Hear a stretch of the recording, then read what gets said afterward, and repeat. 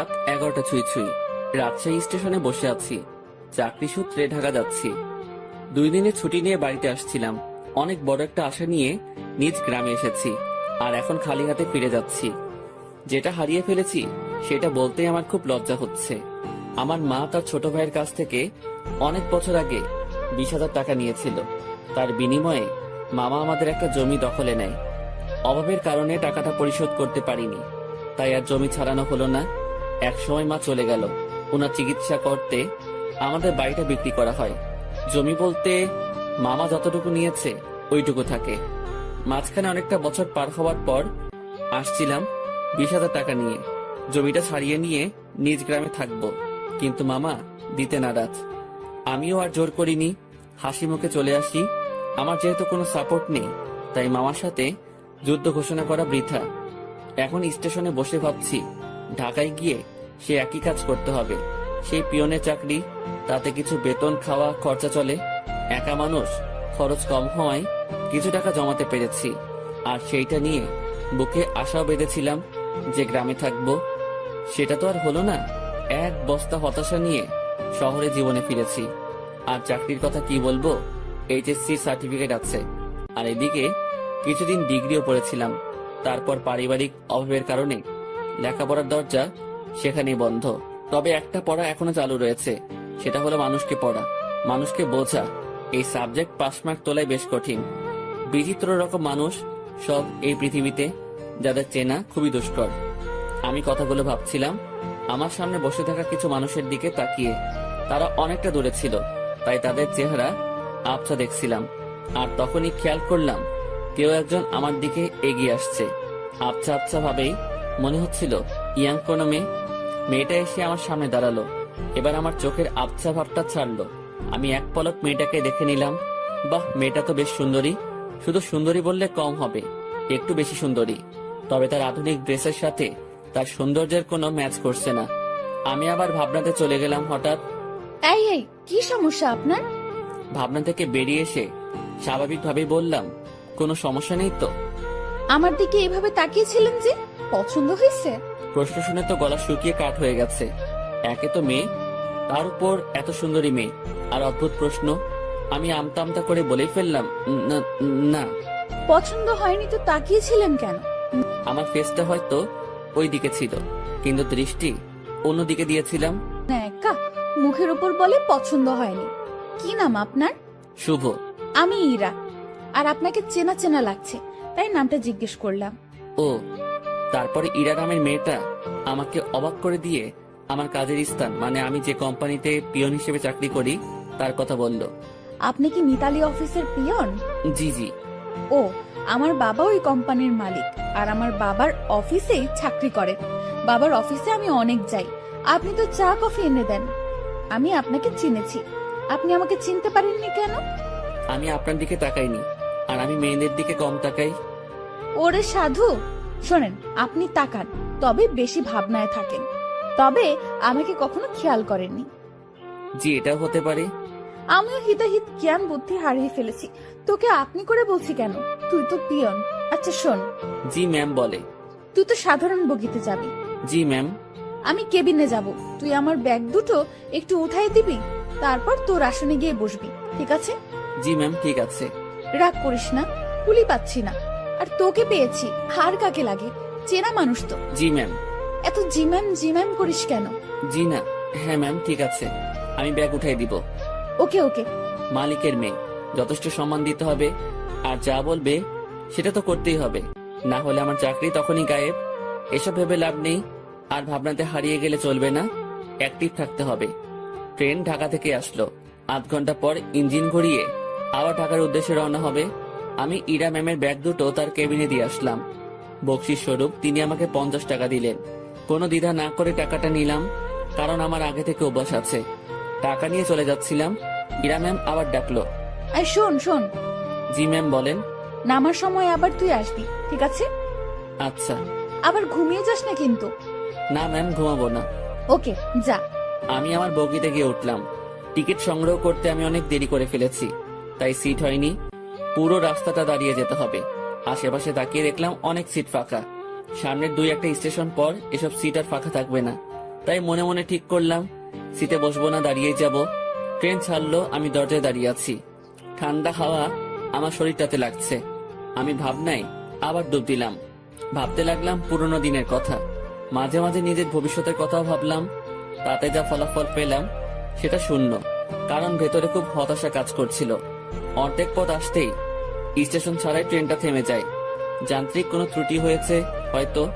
20 minute পার হবার পর খবর পেলাম ভোরের আগে ট্রেন এখান থেকে এক চুলো নড়বে না। আর এখন রাত 1টা বাজে। এক একজন এক এক কথা বলছে। কেউ বলছে লাইনের সমস্যা, কেউ বলছে ইঞ্জিনে। আমি ওইসব কথা থেকে কান ফিরিয়ে নিয়ে নিজের ভাবনাতে আবার মন দিলাম। হঠাৎই এই শুভ, পেছনে তাকিয়ে দেখি ম্যাম দাঁড়িয়ে। জি ম্যাম বলেন। তুই উঠ। ম্যাম কিছু লাগবে? না, আমি একটু ট্রেন থেকে নামবো। ম্যাম বাইরে নামা ঠিক হবে না। যে অন্ধকার, এর মধ্যে কি বিপদ লুকিয়ে আছে কে জানে। কিসের বিপদ? বাইরে সাপ বিচ্ছু অনেক কিছু থাকতে পারে। কিচ্ছু নেই, চল নিচে নামবো। এই হলো আড়ালের ঘরে দুলালি, মন যা চায় সেটাই করবে। ম্যামকে নিয়ে ট্রেন থেকে নামলাম। নেমে দেখি অনেকেই নিচে দাঁড়িয়ে আছে। কেউ বাসায় ফোন করে সমস্যার কথা বলছে, আবার কেউ সিগারেট টানছে। ম্যাম আমার সাথে কথা বলা শুরু করলো। দেখ, জায়গাটা অনেক সুন্দর, তাই না? অন্ধকারে তেমন কিছুই তো দেখা যাচ্ছে না। চোখ না, মন দিয়ে দেখতে হয়। তবে ম্যাম আকাশটা বেশ সুন্দর লাগছে। অনুজ্জ্বল তারাগুলো দেখা যাচ্ছে। আমি তো অনুজ্জ্বল অনেক কিছু দেখতে পারছি। কি ম্যাম?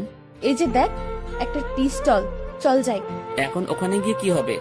চা খাবো, চল চল, বেশ মজা হবে। শীতের মধ্যে এত রাতে বাইরে চা খাওয়ার মজাটাই আলাদা। আমি তো আর মানা করতে পারবো না। মানা করলেই বকা দিবে। কেন যে এর সাথে দেখা হয়ে গেল, মনে হচ্ছে বাকি রাতটাই বেশ প্যারায় রাখবে। টি স্টলের কাছে পৌঁছাতে দেখি কিছু যাত্রী এখানে আগে এসেছে। এই দোকানটার আশেপাশে আর একটা দোকানও নেই। হাতে চা নিয়ে আমি দোকানিকে বললাম, চাচা এমন একটা জায়গায় দোকান দিয়েছেন কি মনে করে? বাবা, সে অনেক কাহিনী। বাজারে দলাদলি চলে। আমার লোকজন না থাকায় ওখানে দোকানটা নেওয়া হয়নি। রাগের মাথায় নিজের জায়গাতেই দোকানটা নিয়ে বসেছি। বাহ, বেশ করেছেন। তা চলে কেমন? আলহামদুলিল্লাহ, ভালোই চলে। একটা কথা বলি, রাগ করে এখানে দোকান দিয়ে ভালোই করেছেন। এর জন্য আপনার হাতে চা খেতে পারলাম। আরো কিছুক্ষণ কথা হলো, বিলটা আমি দেই। ম্যাম আর আমি চলে আসি। ওনার সাথে আড্ডা দিতে খুব ইচ্ছে করছে, কিন্তু মালিক পক্ষের লোক, আগ বাড়িয়ে কথা বলাটা বেয়াদবি হবে। আমি কিছু বলছি না, চুপচাপ তার পেছন পেছন হাঁটছি। আমার চুপ থাকা দেখে ম্যাম হয়তো কিছু একটা ভাবছে। আমাকে বলল, কি রে, কথা বলতে পারিস না? দোকানের সাথে তো বেশ জমিয়ে কথা বললি, এখন চুপ কেন? ম্যাম কি বলবো? সেটা কি আমাকে বলে দিতে হবে? দোকানে কি তোকে কিছু বলেছিল? না। তো কিছু বল, সারা রাত তো এভাবে চুপ থাকতে পারবো না।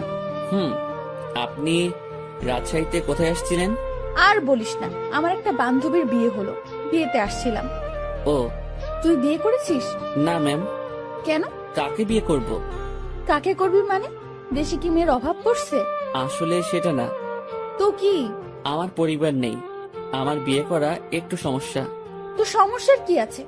দেশে অনেক মেয়ে আছে যাদের পরিবার নেই, তাদের মধ্যে একজনকে বিয়ে করবি। ম্যাম ওইরকম হলে আমি করব না। কেন? সেটা না বলি। ওই সব বলতে হবে। মাথায় একটা দুষ্ট বুদ্ধি এলো। আমি বললাম, ম্যাম আপনার মতো সুন্দরী পেলে ভেবে দেখতে পারি। তোর ভাবা লাগবে না, আমার মতো কেউ তোর দিকে তাকাবেও না। সেটা আমার জন্যই ভালো। কেন? তাহলে আর বিয়ে করা লাগবে না। হয়েছে ভাই, থাম এবার। চল লাইনের ওই পাশটাই ঘুরে আসি। ইরা ম্যাম যেদিকে যাচ্ছে আমিও তার পেছন পেছন ছুটছি। একবার বললাম যে বাকি রাতটুকু ঘুমিয়ে নেন, তখন আমাকে ধমক দিয়ে বলল, সে কি আমার আদেশ মেনে চলবে? পরক্ষণই ভাবলাম, তাই তো, সে আমার কথা মানবে কেন? সে তো মালিক পক্ষের লোক। লাইনের অন্য পাশটায় চলে আসলাম। এই পাশটায় ফাঁকা জায়গা নেই, কাছে একটা গ্রাম দেখা যাচ্ছে। আর লাইনের পাশ দিয়ে একটা রাস্তা গ্রামের ভেতরে চলে গেছে। চল রাস্তাটা দিয়ে গ্রামের ভেতর যাই। না ম্যাম, এত রাতে যাওয়া ঠিক হবে না। আমি কি বলছি তোকে? জি ম্যাম, চলেন। এই হলো মেয়ে মানুষ, ভালো মন্দ কিছুই বোঝে না। তারপর যদি এরকম ধনী ঘরের মেয়ে হয়, তাদের মাথার তার দুই একটা কমই থাকে। এরা পুরো পৃথিবীকে নিজের মনে করে আর ভাবে সেই সব থেকে ক্ষমতাধর ব্যক্তি। দুজনে অনেকটা হাঁটলাম। এখন আমরা হাঁটছি গ্রামের ভেতরে। পুরো গ্রাম নিস্তব্ধ, কোথাও কোনো সারা শব্দ নেই, শুনশান পরিবেশ। ম্যাম মাঝে মাঝে আমার সাথে কথা বলছে। এক সময় আমরা ভালোই কথা বলতে শুরু করি। ম্যাম আমাকে বলল, তুই কি সারা জীবন এইভাবেই কাটাবি? জানি না জানিস না মানে? আমার ভাগে কি আছে আমি কিভাবে বলবো। তাও সবার তো অনেক ফিউচার প্ল্যান থাকে, তোর নেই? না। অদ্ভুত। আচ্ছা ম্যাম, একটা জিনিস আমার কাছে খুব খারাপ লাগছে। কি? বললে রাগ করবেন না তো? না, বল। স্টেশনে যখন আপনাকে দেখলাম তখন একটা জিনিস খেয়াল করেছি। কি খেয়াল করেছিস? আপনার সৌন্দর্যের সাথে আপনার আধুনিক সাজগোজ একদমই বেমানান। কি বলিস? সবাই তো খুব প্রশংসা করে। সবার চোখ নেই তাই। তো কেমন সাজলে আমাকে ভালো লাগবে? অতি সাধারণ। যেমন? এই যে হেয়ার কালার করেছেন, এটা চুলের সৌন্দর্য নষ্ট করেছে। আপনার ঠোঁটে। এই থাম। জি ম্যাম। তুই অন্ধকারে আমার ঠোঁট কিভাবে দেখলি? ওই যে বললাম না, স্টেশনে দেখেছি। উফ, বাদ দে তোর ডায়লগ, চুপচাপ হাঁটতে থাক। জি ম্যাম, আর সামনে না এগোই, আমরা চলে যাই। আর একটু যাব, তারপর ফিরবো। পরিবেশটা ভালোই লাগছে। রাতে এইভাবে গ্রামের মধ্যে দিয়ে কখনো হাঁটিনি। আমরা হাঁটতে হাঁটতে আরো সামনে এগোলাম, আর হঠাৎ দুজন লোক লাইট নিয়ে আমাদের সামনে আসলো। তাদের হাতে মাছ ধরার পলো, মাছ ধরতে যাচ্ছে মনে হয়। এই তোমরা কারা? এই গ্রামে আগে কখনো দেখিনি তো। ভাই, আমরা আসলে ট্রেনে যান্ত্রিক ত্রুটির কারণে মাঝপথে দাঁড়িয়ে গেছে, আর ট্রেন থেকে নেমে আমরা একটু হাঁটতে আসছি। এই তোমরা থামো, সব বুঝে গেছি সব। চলো আমাদের সাথে। কোথায় যাব? কোনো কথা না, চলো। লোক দুটো আমাদেরকে একটা বাড়ির ভেতর নিয়ে আসলো। আমি মনে মনে আল্লাহ আল্লাহ করছি, কি যে হবে।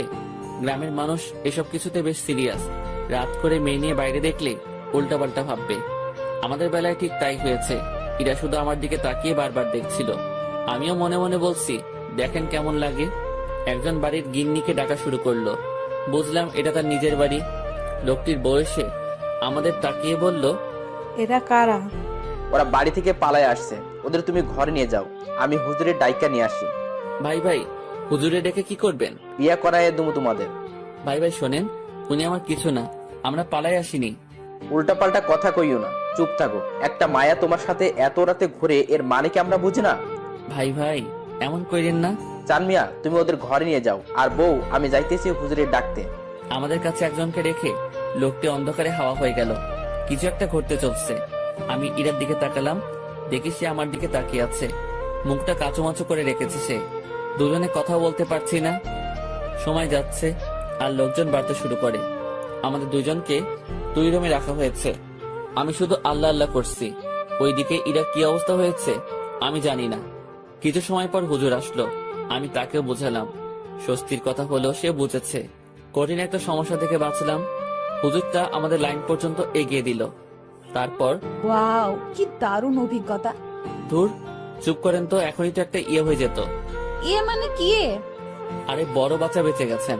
তা তো জানি, তবে দারুণ লাগছে। আপনি থাকেন, যেখানে ইচ্ছা যান, আমাকে ডাকবেন না। আমি ট্রেনে উঠলাম। ওনার সাথে সাথে আর দেখা করলাম না।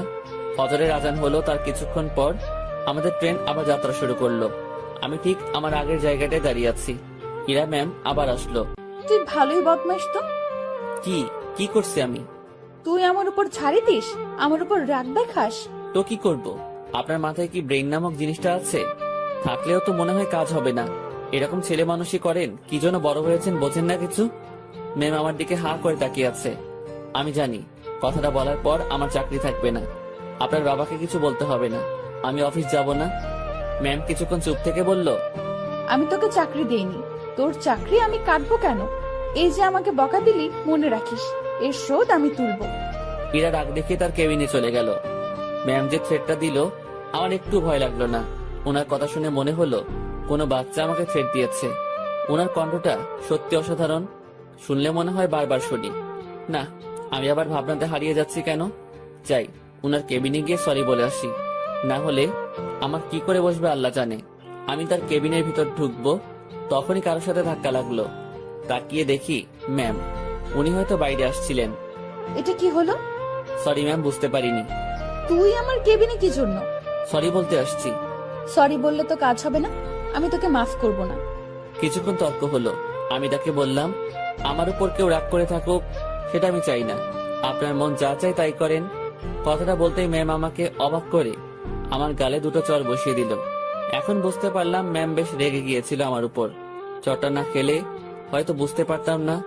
আমি তো ভেবেছিলাম অন্য কোনো শাস্তি দিবে হয়তো। চর মারার পর ম্যাম আরো বলল, তুই আমার বেস্ট ফ্রেন্ড হবি? এমন থাপ্পড় খাওয়ার পর এরকম প্রস্তাব পাবো ভাবতেও পারিনি। মনে মনে ভাবছি, আমি তার সাথে কেন বন্ধুত্ব করতে যাব? তার চালচলন আর আমার চালচলন রাত দিন তফাৎ। কিন্তু কথাটা তাকে মুখের উপর মানা করতে পারবো না, যদি আবার কয়েকটা থাপ্পড় দিয়ে দেয়। ভয় ভয়ে বললাম, হব। গুড, তুই এখন যা। না, শোন শোন, তোর কন্ট্যাক্ট নাম্বারটা দিয়ে যা, আমি কল করে তোকে ডেকে নেব যে কোনো সময়। ম্যামকে মোবাইল নাম্বারটা দিয়ে আগের জায়গায় ফিরে আসলাম। 8টায় আমাদের গন্তব্যে পৌঁছে গেলাম। ইরা ম্যামের কথা অনুযায়ী তার ব্যাগগুলো নামিয়ে দিলাম। এখন উনি আর আমি স্টেশনের বাইরের রাস্তায় দাঁড়িয়ে আছি। বাসা থেকে ওনার জন্য গাড়ি পাঠানো হয়েছে। গাড়ি জ্যামে পড়েছে, তাই অনেক লেট হচ্ছে। আমার পেটের অবস্থা খারাপ, রাতে কিছু খাওয়া হয়নি, আবার অনেকটা বেলা হয়েছে, পেটে এখনো কিছু পড়েনি।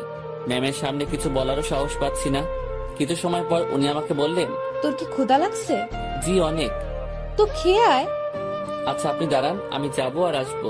আমি একটা দোকানে গিয়ে চা বিস্কিটের সাথে কয়েকটা কলা খেয়ে নিলাম। দোকানদারকে টাকা দিতে যাব, তখন মনে হলো ম্যামও তো কিছু খাইনি, ওনাকে খাওয়ার কথা বলা উচিত ছিল।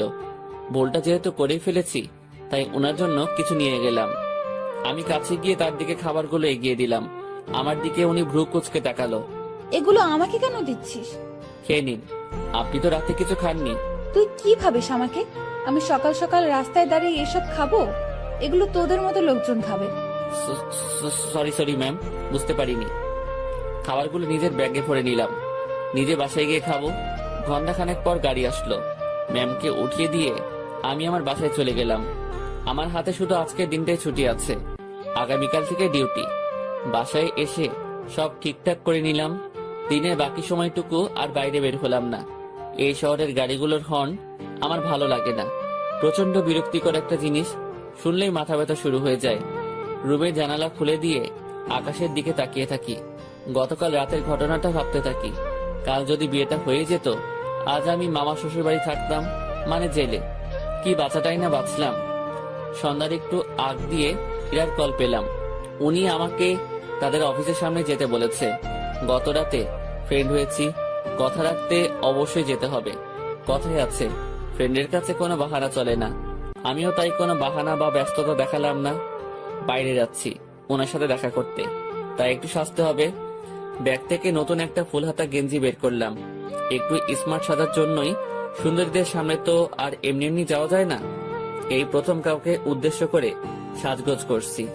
মনের মধ্যে কেমন যেন খটকা লাগছিল। এখন খটকা দেখার সময় নেই। চটপট রেডি হয়ে আমার অফিসের সামনে গেলাম। ম্যামকে গিয়ে ঠিক সেখানে পেলাম। উনি তার গাড়ির সাথে হেলান দিয়ে দাঁড়িয়ে আছে। আমি তার সামনে গিয়ে ম্যামকে ডেকে সালাম দিলাম। উনি উত্তর দিলেন আর সাথে সাথে বললেন, গাড়ির পেছনে বসে যা। কোথায় যাবেন? আমার বন্ধুদের সাথে তোর পরিচয় করিয়ে দেব, সেখানেই নিয়ে যাচ্ছি। আমি আর কিছু বললাম না, তার গাড়ির পেছনে চেপে বসলাম। আধ ঘন্টা পর একটা রেস্টুরেন্টের সামনে গিয়ে ম্যাম গাড়ি থামালো। তারপর আমাকে নিয়ে রেস্টুরেন্টে ঢুকলো। আমি তার পিছু পিছু গেলাম। উনি একটা জায়গায় গিয়ে থামলো আর কিছু ছেলেমেয়ের সাথে গিয়ে কথা বলা শুরু করলো। বুঝতে পারলাম এরাই তার ফ্রেন্ড। এবার ম্যাম আমার দিকে তাকিয়ে বলল, বন্ধুরা, তোমাদের জন্য একটা গিফট এনেছি। কি রে দোস্ত, কে এটা? আর বলিস না, এই প্রাণীকে রাজশাহীতে পেয়েছি। এই পাগলার সাথে কিছুক্ষণ কথা বলেছি, তারপর বেস্ট ফ্রেন্ড হওয়ার প্রস্তাব দিয়েছি। দুঃখের বিষয় হলো পাগলা আমার কথা বিশ্বাস করে হ্যাঁ বলে দিয়েছে। তোরা বলতো, এর মতো খ্যাত মানে কি বলবো, এরকম একটা মানুষ আমার ফ্রেন্ড। অসম্ভব। দেখ ভাই, আমার ফ্রেন্ডদের সাথে পরিচয় করিয়ে দিতেই তোকে এখানে নিয়ে আসছি।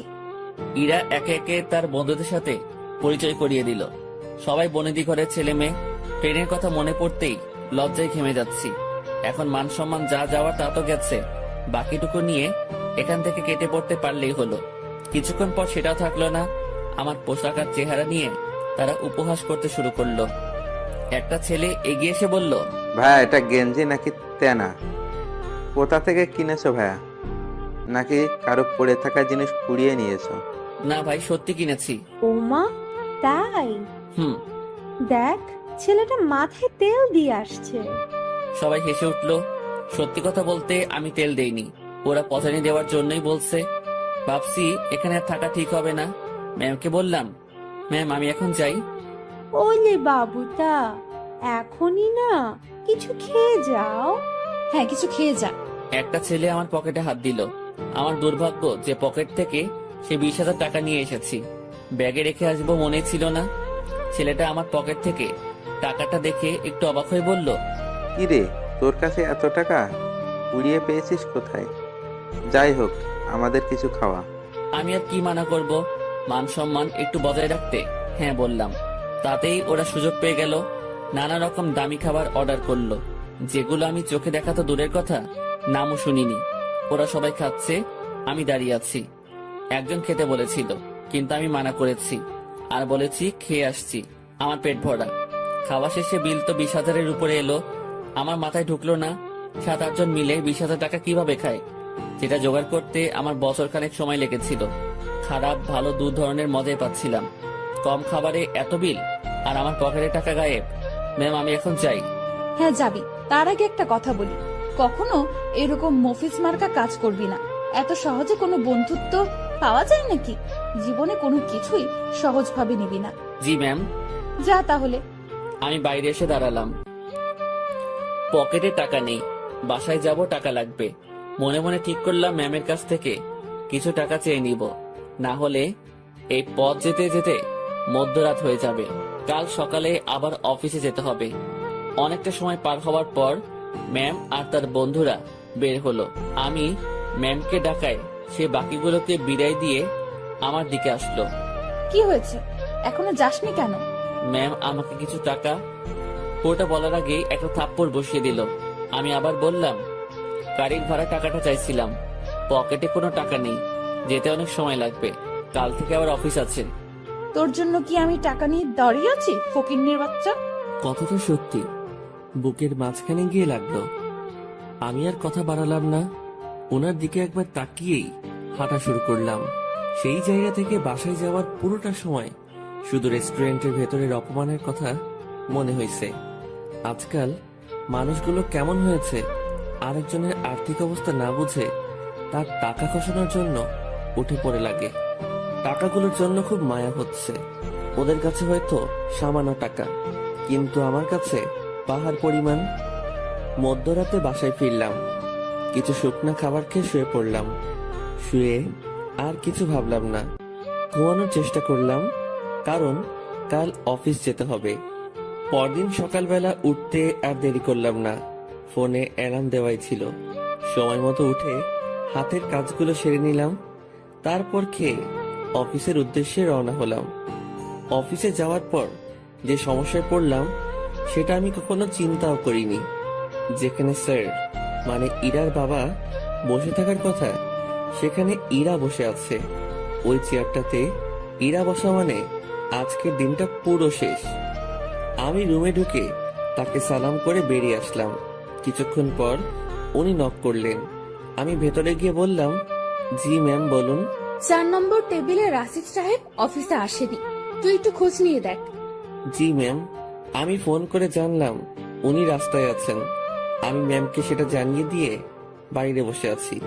সেই মুহূর্তে জেনারেল ম্যানেজার আমাকে ডাকলেন কফি এনে দিতে। আমি কফি নিয়ে তার রুমে গেলাম। কফির কাপটা হাতে নিয়ে দেখলেন এবং ফেলে দিলেন। কি হয়েছে এটা বলার সাথে সাথে উনি আমাকে চর বসিয়ে দেন আর বলেন, কফির উপর মরা মাছি পড়ে আছে, দেখিস না? সরি স্যার, দেখতে পাইনি। উনি আমার কলার ধরলেন। আমি যদি এটা খেয়ে ফেলতাম, তারপর যদি অসুখ করতো, তুই কি করতিস তখন? স্যার মাফ করে দেন, দেখতে পাইনি। উনি অনেক বাজে বাজে বকা দিচ্ছিলেন। অফিসের মধ্যে একটা শোরগোল বেঁধে গেল। ইরা ম্যাম তার কেবিন থেকে উঠে আসলেন। সবাই মিলে দোষটা আমাকে দিচ্ছিল। এখন ভয় লাগছে যে ম্যাম চটটা মেরে হয়তো বিদায় করে দিবেন। তারপর ম্যাম সবকিছু শুনলেন, আমার থেকেও আর ম্যানেজারের থেকেও। সব শোনার পর যা করলেন দেখে তো আমি হতবাক। পরপর 2টা চর বসিয়ে দিলেন ম্যানেজারের গালে। আমি কিছু বলার আগেই এখান থেকে বের হবে। আর হ্যাঁ, বাকি সবাইকে বলছি, এটা নিয়ে কোনো কথা হবে না। সমস্যা হয়েছে, সমাধান করেছি। সমালোচনা করে ভালো জিনিস খারাপ বানাবে তো পাবলিক, বুঝবা? কত ধানে কত চাল। যার যার কাজে যাও, অনেক সময় নষ্ট হয়েছে। কিছুক্ষণ ঝড়ের পর অফিস স্বাভাবিক, আগের মতো কাজ চলছে। কিভাবে সব সামনে নিলাম, হুটহাট ম্যানেজার স্যাক্ট, সাথে 2টা থাপ্পড়। বিচারটা যাই করুক, তাহলে আমার সাথে অমন করলো কেন? ভাবতে ভাবতে কোনো উত্তরই খুঁজে পেলাম না। লাঞ্চের সময় আমি বাসা থেকে রুটি নিয়ে আসছি। 2-1জনকে পানি এনে দিয়ে আমি খাওয়ার জন্য বসবো, তখন ম্যাম ডাকলো। মনে মনে ভাবছি খাওয়াটাও কপালে নেই। মুখ ভার করেই ম্যামের রুমে ঢুকলাম। জি ম্যাম, কিছু বলবেন? তুই খাবার খেয়েছিস? জি না। বাসার থেকে খাবার নিয়ে আসছিস নাকি বাইরে গিয়ে খাবি? বাসা থেকে এনেছি। যা, খাবার নিয়ে আমার রুমে আয়। ম্যাম, বুঝিনি। আরে হারামি, খাবার নিয়ে আমার রুমে আয়। কথাটা শুনেই ভাবছিলাম আমি ঠিক শুনছি তো। ভাবনাতে আর ডুব দিলাম না। দেরি না করে খাবার নিয়ে আবার রুমে ঢুকলাম। ম্যাম তো দেখি দামি দামি খাবার সব টেবিলে সাজাচ্ছেন। আমাকে দেখিয়ে দেখিয়ে বললেন, এসব আমার মায়ের হাতের রান্না। ম্যাম আমি বাইরে গিয়ে খাই, আপনি খাওয়া শুরু করেন, পানি লাগলে বলবেন। এই, তুই কি এই জন্য রেখেছিস? আচ্ছা, তোর খাবারের বাটিটা আমার হাতে দে তো। আমি তেমন কিছু আনিনি, ওই রুটি। আমি দেখবো, দে। ভয়েই বাটিটা ওনার হাতে দিলাম। লজ্জায় তো মাথা কাটা যাওয়ার অবস্থা। বাসায় কিছু ছিল না, তার উপর টাকাও নেই। রুমে পেঁয়াজ মরিচ ছিল, সেগুলো কেটে তেল আর লবণ দিয়ে মাখিয়ে নিয়ে আসছি। ম্যাম যদি সেটা দেখে তো। কথাটা ভাবতে ভাবতেই বাটির ঢাকনা খুলেই উনি চোখ বড় বড় করে ফেলেন। খাবারটা কিছুক্ষণ তাকিয়ে থেকে দেখে আবার আমার দিকে তাকালেন। কি রে, এগুলো কি? ম্যাম আসলে রুমে কিছু ছিল না, তারপর টাকাও নেই। রুমে আটা ছিল তো, ওইটা দিয়ে আর কি একটা ব্যবস্থা করে নিয়ে আসছি। ম্যাম আমার বাটিটা টেবিলে রাখলেন, তারপর উনি তার চেয়ারে বসে পড়লেন। আমি দাঁড়িয়ে আছি। উনি একবার আমার দিকে তাকাচ্ছেন, আর একবার আমার খাবারের দিকে তাকাচ্ছেন। আমি ওনার সামনে এখন লজ্জাতে ইমিটি হাসতেছি। উনি কিছু সময় চুপ থাকার পর মুখ খুললেন। এই যে, এই খাবারগুলো তোর। ওনার খাবার আমার দিকে এগিয়ে দিলেন। আমি টেবিলের কাছে গিয়ে হাত দিয়ে নিজের বাটিটা নিয়ে বললাম, আমি যেটা এনেছি সেটা না খেলে আমার পেট ভরবে না, আর আপনার খাবার খেলে আমার পেট খারাপ হতে পারে। এত ভালো জিনিস কখনো খাওয়া হয়নি তো, পেট খাবারটা সহ্য করতে নাও পারে। গতকালের রাতটা একটু দেখিয়ে রুম থেকে বেরিয়ে আসলাম। নিজের খাবার খেয়ে আবার কাজে মনোযোগ। কার কি লাগছে, কে কি চাচ্ছে, সব দেখাশোনা করছি। দুপুরের পর ম্যাম আমাকে আর ডাকেননি। বুঝতে পারলাম তিনিও কিছুটা বুঝতে পেরেছেন আমার কষ্টটা। রাতে অফিস শেষ করে বাসায় ফিরলাম। পাশের বাসার পরিচিত একজনের কাছ থেকে টাকা ধার নিয়ে মাছ কিনে নিয়ে এসে রান্না বসিয়ে দিলাম। তখন রাত প্রায় 10টার কাছাকাছি। চুলোয় রান্না বসাবে সেই সময় ফোন আসলো। ম্যাম ফোন করেছে, নাম্বারটা সেভ করে রেখেছি। ধরবো কি ধরবো না এমন করতে করতে রিসিভ করে সালাম দিলাম। উনি উত্তর দিয়ে বললেন, কি করিস? এই তো ম্যাম, কিছু না। এখন শোন, জি ম্যাম, বলেন। দুপুরে আমার মুখের উপর কথা বলে আমাকে লজ্জা দিয়ে তোর খাবার নিয়ে চলে গেলি, ভয় করলো না? আমি চুপ হয়ে গেলাম। কি বলবো উত্তরে বুঝতে পারছি না। কি রে, কথা বলছিস না কি জন্য? ম্যাম, অফিসের কোনো কথা হলে বলেন। তুই আমার কথা ঘুরিয়ে নিস। আমি যা বলছি তার উত্তর দে। জি ম্যাম, বলেন। ওভাবে খাবার নিয়ে চলে গেলি কেন? আপনার খাবার খেয়ে আমার ক্ষুধা মিটতো না। তাই না? জি। আমি বুঝতে পেরেছি, তুই আমার উপর রাগ দেখাচ্ছিস। সুযোগ ভালোই কাজে লাগাচ্ছিস। এখানে কিসের সুযোগ ম্যাম? আপনি আমাকে এখন মানা করে দিলে আমার সাথে তো আপনার এখনই কোনো অফিসিয়াল সম্পর্ক থাকবে না। ক্ষমতা আপনার হাতে, সুযোগ আপনার হাতেই। চুপচাপ রান্না শেষ করে খেয়ে আমাকে কল দিবি। ম্যাম, অফিসের কোনো বিষয়ে কথা বলবেন? না। তাহলে ফোন দিয়েন না, আমিও দিব না। তোর 24 ঘন্টাই ডিউটি। আমি ফোন দেওয়ার পর সময়টুকু অফিসিয়াল, ওকে? তাহলে বেতন বাড়িয়ে দিয়েন। ঠিক আছে, দিব।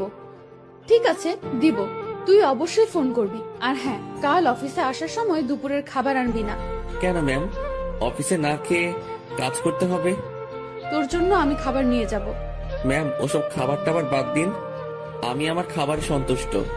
তুই যদি কাল অফিসে তোর রান্না করা কিছু নিয়ে আসিস তো মনে রাখবি, তোকে শুধু অফিস থেকে না, দুনিয়া থেকেই বিদায় করে দিব। আমি কিছু বলতে যাব তখনই ম্যাম ফোনটা রেখে দিল।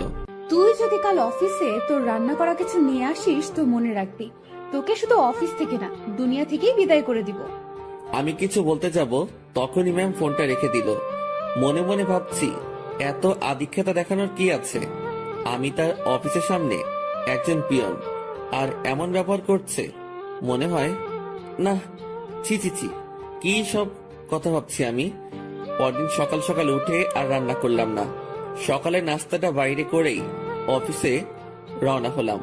অফিসে গিয়ে দেখি ম্যাম আগে এসেছেন। প্রতিদিনের মতো হাজিরা দিলাম। উনি আমাকে দেখে তেমন কিছু বললেন না। দুপুর পর্যন্ত স্বাভাবিকভাবেই কাজ করলাম। দুপুরের খাবার সময় ম্যাম তার রুমে ডাকে। আমি জানি উনি আমার জন্য খাবার নিয়ে আসছে। খুব লজ্জা লাগছিল।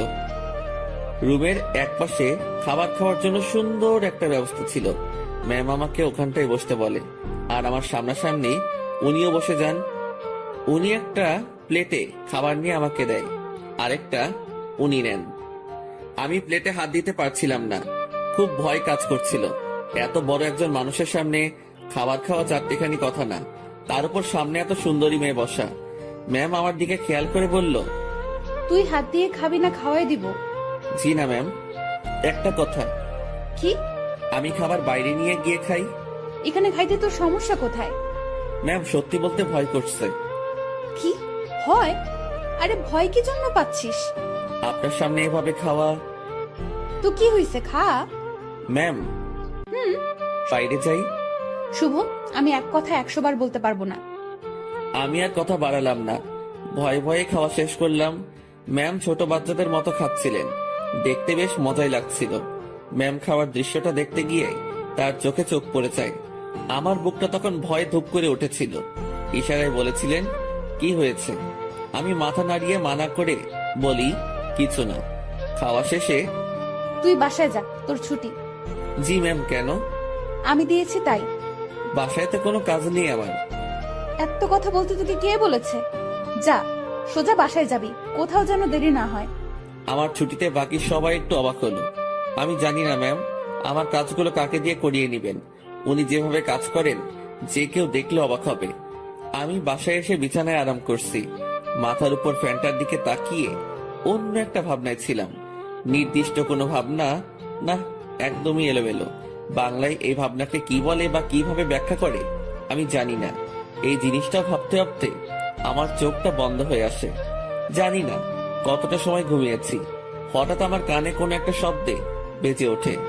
চোখ খুলে বুঝতে পারি ফোনটা বাজছে। ফোন হাতে নিয়ে আবছা চোখে দেখি ম্যাম কল করেছে। ফোনটা রিসিভ করলাম। কই তুই? কই আবার, আপনি তো ছুটি দিয়েছেন, বাসায় আসছি। তুই কি ঘুমাচ্ছিস? হ্যাঁ। আমি কি তোকে ঘুমানোর জন্য ছুটি দিয়েছি? তাহলে? বাসায় যেতে বলেছি শুধু। জি ম্যাম, আমি তো আপনার কথা সোজা বাসায় আসছি, আর বাসায় কাজ নেই, তাই একটু। তুই চুপ কর, শোন। জি বলেন। আমাদের অফিস থেকে দক্ষিণ থেকে যে লেকটা আছে, তুই চিনিস? জি ম্যাম। তুই আয়, আমি তোর জন্য অপেক্ষা করছি। কেন ম্যাম? তোকে আসতে বলছি না আমি? জি ম্যাম, এই তো আসছি আমি। এবার বুঝলাম আমাকে ছুটি দেওয়ার কারণটা কি ছিল। আমার কাছে এটাও একটা ডিউটি, কিচ্ছু করার নেই, যেতেই হবে। যেমন ছিলাম তেমনই বেরিয়ে গেলাম। গতদিনের মতো আর সেজেগুজে বের হলাম না, যদি আবার অপমান করে। পকেটে টাকা আছে, তবুও হেঁটে যাচ্ছি। এই মাসের বেতন পেতে অনেক দেরি, তাই এমনি টাকা খরচ করা চলবে না। আমি ম্যামের কথা মতো সেই লেকের পাড়ে পৌঁছে যাই। এর মধ্যে ম্যাম আমাকে 2বার কল করেছিল, শুধু জেনেছিল আমি কই আছি। লেকের পাড়ে যেতেই দেখলাম অনেকেই বসে আড্ডা দিচ্ছে, অনেক বাচ্চারও আসছে। আমি ম্যামকে খুঁজছিলাম। আমাকে দেখে ম্যামই আমাকে ডাকে। আমি ওনার দিকে এগিয়ে যাই। উনি ঘাসের উপর বসা ছিলেন। একটু দূর থেকে মনে হচ্ছিল কোনো কারণে মনটা খারাপ। আমি তার পিছে গিয়ে দাঁড়ালাম। বস এখানে। আমি বসার পর, জি ম্যাম বলেন। আমি বুঝলাম না, 10 মিনিটের রাস্তা 1 ঘন্টা লাগে কিভাবে? আসলে ম্যাম কি বলবো, হেঁটে আসছি। তুই হেঁটে আসছিস কি জন্য? টাকা নাই? আছে, তবে খুবই অল্প। খরচ করলে বড়সড় বিপদে পড়তে হবে। আপনার মন খারাপ দেখছি। ম্যাম কিছু হয়েছে কি? তোর জন্য। ম্যাম আমি কি করেছি? অনেক লেট করছিস। জি সরি। উঠে দাঁড়িয়ে কান ধরে থাক। ম্যাম এটা। আমি উঠতে বলেছি। আমি উঠতে যাব তখনই ম্যাম আমাকে বসতে বলে। টাকা আছে তো, তাই না? হ্যাঁ আছে। চল আইসক্রিম খাবো। আমার টাকা দিয়ে? তো কখনো কোনো মেয়েকে বিল দিতে দেখেছিস তুই? না। তো আমার কাছে চাইবি না। চল আইসক্রিম খাবো। ম্যাম ম্যাম শোনেন, একটু মনটা নরম করেন। টাকাগুলো গেলে খুব সমস্যায় পড়বো। সেটা তো আমি জানি না। তুই আমার বেস্ট ফ্রেন্ড, বেস্ট ফ্রেন্ডের জন্য সবাই জান দিয়ে দেয়, আর আমি তো তোর কাছে টাকা চাইছি। জানতো না, আর সময় হলে জানটাও দিয়ে দিবি। অসহায়ের মতো দাঁড়িয়ে আছি। এখন আমার পকেটের 12টা বাজবে। ম্যাম আর আমি আইসক্রিম খেলাম। আমাদের মধ্যে কোনো কথা হচ্ছিল না, দুজন শুধু হাঁটছিলাম, আর মাঝে মাঝে দরকার হলে উনি নিজে থেকে কথা বলছিলেন। লেকের পাড় থেকে বের হয়ে রাস্তায় আসলাম। উনি গাড়ি নিয়ে আসছেন, দেখে মনে হচ্ছে চলে যাবেন। ম্যাম তাহলে আপনি যান, আমি চলে যাই। এই কই যাস তুই? বাসায়। না, গাড়িতে ওঠ। কোথায় যাবেন? Long drive. না ম্যাম, আপনি যান, আমি বাসায় চাই। ব্রেকআপ, যা বাসায় যা, বাসায় গিয়া মর। ম্যাম রাগ করে গাড়িতে হেলান দিয়ে দাঁড়ালো। এরকম অবস্থায় তো রেখে যাওয়া যায় না। আমি তার দিকে একটু এগিয়ে গেলাম, আর উনি যে একটা শব্দ বলেছেন সেটার মানে জানার জন্য তাকে প্রশ্ন করব। যদিও আমি জানি, তবুও প্রশ্ন করব, যাতে ওনার রাগটা ভেঙে আমার প্রশ্নের উত্তর দিতে মনোযোগী হয়। ম্যাম ব্রেকআপ কি? তুই জানিস না? ন্যাকামো করিস? সত্যি জানি না। তোর আমার যে বন্ধুত্ব আছে সেটা কাটাকাটি, এটার মানে ব্রেকআপ। ওহ ম্যাম, আপনার মধ্যে তো এরকম কিছু নেই। শুভ, আমি তোকে বলছি না তুই আমার বেস্ট ফ্রেন্ড? আপনি তো বলেছেন যে এটা মিথ্যা ছিল। গাড়িতে ওঠ, সব বলছি। কথা বাড়ালাম না। গাড়ির পেছনে দরজা খুলতে যাব, তখনই ওই হাদারাম, কি করিস? বসবো না। সামনে। পেছনে কেন? সামনে। হ্যাঁ রে গাধা, ওঠ। গাড়িতে উঠলাম। ম্যাম ড্রাইভিং সিটে আর আমি তার পাশে। সন্ধ্যা হয়ে আসছে। ম্যাম এবার আমার সাথে বেশ ফ্রি ভাবে কথা বলা শুরু করলো। আমি কিন্তু কুমিল্লা যাচ্ছি। এত দূর কেন? আরে লং ড্রাইভ তো, আর রাগ ভাঙাতে সময় লাগবে। কিসের রাগ? তুই আমার উপর রেগে আছিস, আমি জানি। আমি আপনার উপর কি জন্য রাগ করব? ওই যে রেস্টুরেন্টে সেই ঘটনার জন্য। না ম্যাম, কি যে বলেন। ওই দিন আপনারও মজা করেছেন, আমিও মজা পেয়েছি। ওরে শুভ, আমাকে কি বাচ্চা মনে হয় আপনার? এত বড় একটা প্রতিষ্ঠান চালাচ্ছি, আমার মাথায় কি এতটুকু বুদ্ধি নেই যে কোনটা সত্যি আর কোনটা মিথ্যা আমি বুঝবো না? না, বুদ্ধি তো আপনার অনেক আছে। হয়েছে, শোন আমি কি বলি। বলেন। রাতে কি খাবি বল? সন্ধ্যায় তো অনেক কিছু খেলাম, রাতে আর কি খাবো? না, তাও কিছু শুকনো খাবার নেই, আর দুটো পিৎজা। আপনার ইচ্ছা। ম্যাম ভয় করছে আমার। কেন? আপনার বাবা যদি জানে অফিসের পিয়নকে নিয়ে ঘুরতে বের হয়েছেন। কিভাবে জানবে? আমি তো বলবো না। আমি যে অফিসে যাব না সেটা তো জানতে পারবে। সেটা আমি দেখে নিব, তোর এত চিন্তা নেই। এখন বল আমাকে মাফ করেছিস কিনা। আপনি তো দোষ করেননি। তোকে যে কি করব আমি, দেখ। আর রাগ করে থাকিস না, ভুল করে ফেলেছি। আমি রাগ করিনি তো। আমি তোর চোখে মুখে রাগ দেখতেছি। আচ্ছা, রাগ নেই আমার উপর, সত্যি তো? হ্যাঁ সত্যি। সত্য নাকি মিথ্যা সব টের পাবো। আমি যা বলবো সেটা যদি না করিস তাহলেই বুঝবো তুই এখনো রেগে আছিস। না, কি যে বলেন, আপনার তো সব কথাই শুনি। কত যে শুনিস আমার জানা আছে। মাঝপথে আমরা গাড়ি থেকে নেমে কিছু খাবার নিলাম। দুজন বেশ কথা বলতে বলতে যাচ্ছি। ইরা ম্যাম গাড়িটা এখন বেশ ধীর গতিতে চালাচ্ছেন। আজ বেশ কুয়াশাও পড়েছে। এই চল, বাইরে কুয়াশার বৃষ্টিতে ভিজি। এই না, এটা করবেন না। বাইরে গেলে বিপদ। সেদিনের মতো হলে অবস্থা খারাপ হয়ে যাবে। যাব না তো, তোর কেয়ারিংটা আমার খুব ভালো লাগে, সেটা পাওয়ার জন্যই কথাটা বললাম। হুম। তুই কাউকে ভালোবাসিস নাই? কোন ভালোবাসা? মানে পছন্দের মানুষ বিয়ে টিয়ে করার ইচ্ছা এমন? এর আগেও তো বলেছি ওই রকম কেউ নেই। কাউকে দেখে পছন্দ হয় না? না, প্রায় সবার মধ্যেই ভেজাল আছে। ভেজাল মানে? মানে আর কি, এখন তো প্রেমের বাজার চলে। বাজারটা বেশ গরম। এক একজন 10-12টা প্রেম করে, তার উপর ওয়েটিং এ রাখে। তুই জানিস কিভাবে? চোখ খোলা রাখলে সবই টের পাওয়া যায়। ম্যাম আপনার নেই কি পছন্দের মানুষ? না রে, এসব পছন্দ টছন্দ আমার হয় না। আমাকে যে বুঝতে পারে তাকেই আমার পছন্দ। ও, আপনার বাবা আপনাকে বিয়ে দিবে না? কি সব প্রশ্ন যে করিস! বিয়ে দিবে না কেন? অবশ্যই দিবে। তাদের পছন্দেই বিয়ে করবেন। হ্যাঁ, এটাই তো স্বাভাবিক। হঠাৎ করে এই মাঝ রাস্তায় জ্যাম পড়ে যায়। কুয়াশা বেশি হওয়ায় সব গাড়ি চলাচল বন্ধ করে দেওয়া হয়েছে। ম্যাম গাড়ির হেডলাইটটা অফ করলো, তারপর কোথা থেকে যেন একটা চাদর বের করলো। আপনি কি এখন ঘুমাবেন? না, শীত করতেছে প্রচুর, গায়ের উপর দিয়ে রাখি। আমি বাইরে তাকালাম, কুয়াশায় কিচ্ছু দেখা যাচ্ছে না, তবুও তাকিয়ে আছি ম্যামের দিকে। তো আর তাকিয়ে থাকা যায় না, তার দিকে তাকালে চোখ ফেরানো যায় না, সেই জন্য তাকানোটাই বিপদ। কি রে, তুই এরকম চুপচাপ থাকবি? আমি আসলে তাকিয়ে থাকতে চাইনি, ভাবনার কথা বাস্তবে ভুলে বলে ফেললাম। কি তাকিয়ে থাকতে চাস মানে? না ম্যাম, মানে ওই যে আমার খুব শীত করতেছে, কথা থেকে বাঁচার জন্য বললাম। আগে বলবি না? আয় চাদরের মধ্যে। মনে মনে ভাবছি আরেক বিপদ। কি হলো, আয়। না ম্যাম, ঠিক আছে, শীত কমে গেছে। ভয় পাচ্ছিস তাই না? ভয় নেই, কাছে আয়।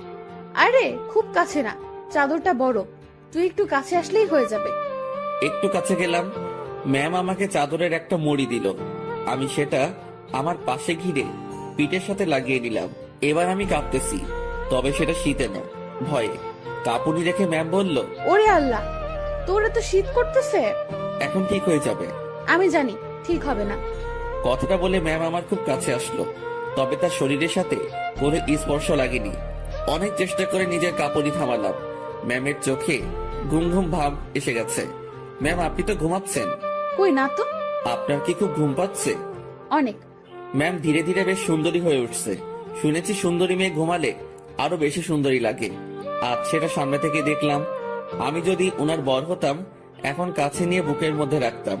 পরক্ষণে মনে পড়ল, কি সব ভাবছি আমি। ছি ছি ছি, এসব কি আসছে মাথায়। ম্যাম ঘুমে আর ঠিক থাকতে পারে না, আমার খুব কাছে আসে, আমার কাঁধের উপর তার মাথা রাখার চেষ্টা করছে। এবার সব ভুলে যাই আমি, নিজে থেকে তার দিকে এগিয়ে যাই, আর উনি তার মাথা আমার কাঁধের উপর রাখে। বুকের মধ্যে হাতুড়ি পেটা হচ্ছে। ওনার নিঃশ্বাস আমার টি শার্টে লাগার পরপরই আমার কেমন যেন একটা অনুভূতি কাজ করছে। না পারছিলাম তখন বুঝতে, না পারছিলাম ভাবতে। কিছুক্ষণ ঘুমানোর পর ম্যাম জাগ না পায়, আমি জেগেই আছি। একটুর জন্য চোখ বন্ধ করিনি। ম্যাম উঠে দেখলো সে আমার কাঁধে মাথা রেখে শুয়ে আছে। ঘাটটা দ্রুত উঠিয়ে দিয়ে বলল, সরি, আমি ঘুমের মধ্যে। ম্যাম আমি আপনার কাছে গিয়েছি, দেখছিলাম আপনি ঝিমুনি দিয়ে বারবার পড়ে যাচ্ছিলেন। হুম। ম্যাম লজ্জা পেয়েছে, লজ্জা মাখা মুখ নিয়ে বলল, রাত অনেক হয়েছে, এখন যা এনেছি সব খেয়ে নি। জি ম্যাম, আপনার ইচ্ছে। তুই সব আমার উপর নির্ভর করিস কি জন্য? নিজে কিছু বলতে পারিস না? জি ম্যাম, এখনই খাবো। এই, সেটা আমার বলার পর। আমরা খাবার খাওয়া শুরু করলাম। হঠাৎ পুলিশ এসে নক করলো। আমরা গাড়ি থেকে নামলাম। ইরা পুলিশের সাথে কথা বলছিল। আপনারা কোথায় যাচ্ছেন? কুমিল্লা 14 গ্রাম। উনি আপনার কে হন? বর। উনি দূরে দাঁড়িয়ে আছেন কেন? ভয় পাচ্ছে নাকি? এই, তুমি এখানে আসো। মনে মনে বলছিলাম, ভয় পাবো না, পুলিশকে কি মিথ্যাটাই না বললো। আপনারা যে স্বামী স্ত্রী সেটা আমি বুঝবো কিভাবে? এইটারও প্রমাণ লাগবে। হ্যাঁ। আমার চাচ্চু আবু সাইদ পুলিশ কমিশনার। কি নাম বললেন? আবু সাইদ। উনি তো ঢাকায় থাকেন, তাই না? হ্যাঁ। আপনারা ঢাকা থেকেই আসছেন? হ্যাঁ, ঢাকা থেকেই তো আসবো। সাইদকে আমি চিনি, উনি আমার বন্ধু। দাঁড়াও, আমি এখনই ফোন করেছি। তুমি আগে বললা না। সরি মামুনি। এরা তো পড়লো মহা বিপদে। তার চাচাকে যদি বলে দেয় বরকে নিয়ে ঘুরতে যাচ্ছে, তাহলে তো ইরা শেষ। এখন সে এই পুলিশকে না করতেও পারবো না।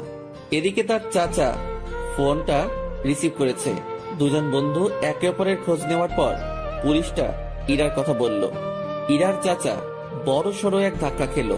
পুলিশ আমাদের বিদায় জানালো। আমরা গাড়িতে গিয়ে বসলাম। ইরা তো ভয় শেষ। একটু পরেই ইরার ফোনটা বেজে উঠলো। তার চাচা কল করেছে। ইরা ফোনটা রিসিভ করলো। তুমি কোথায় আছো, কিভাবে আছো, কার সাথে আছো আমি জানতে চাচ্ছি না। যার সাথে থাকো না কেন তাকে কাল আমাদের বাসায় নিয়ে আসো, ঠিক আছে? জি চাচ্চু। ওকে। ইরার চাচা ফোন রেখে দেয়। ইরা আমাকে বলতে শুরু করলো, এখন কি হবে? আপনারই তো দোষ, আপনি মিথ্যা বলতে গেলেন কেন? সত্যি বললে যদি সমস্যা করতো তাই। আর আমি আগে থেকেই ভেবে রেখেছি কত সমস্যা হলে এগুলো বলবো। কিন্তু এই হারামি পুলিশটা যে চাচার বন্ধু কে জানতো? আচ্ছা, টেনশন করেন না, বাসায় গিয়ে সত্যি কথাটা বলে দিবেন, হয়ে যাবে। ভয়টা আমাকে নিয়ে না, তোকে নিয়ে। কেন? জানি না কি হবে, ওরা তোকে কি বলবে, আমি কিভাবে সামলাবো বুঝতে পারছি না। এই মুহূর্তে আমি বা তাকে কি বলবো বুঝতে পারছি না। ভাবছি এর সাথে থাকলেই সমস্যায় পড়তে হয়। ম্যাম বেশ টেনশনে পড়ে গেছে, একবার আমার দিকে তাকাচ্ছে, আরেকবার বাইরে। ম্যামের অবস্থা দেখে বেশ মায়াই হচ্ছিল। মিথ্যা বলে উনি বড় ফাঁসা ফেসে গেছেন।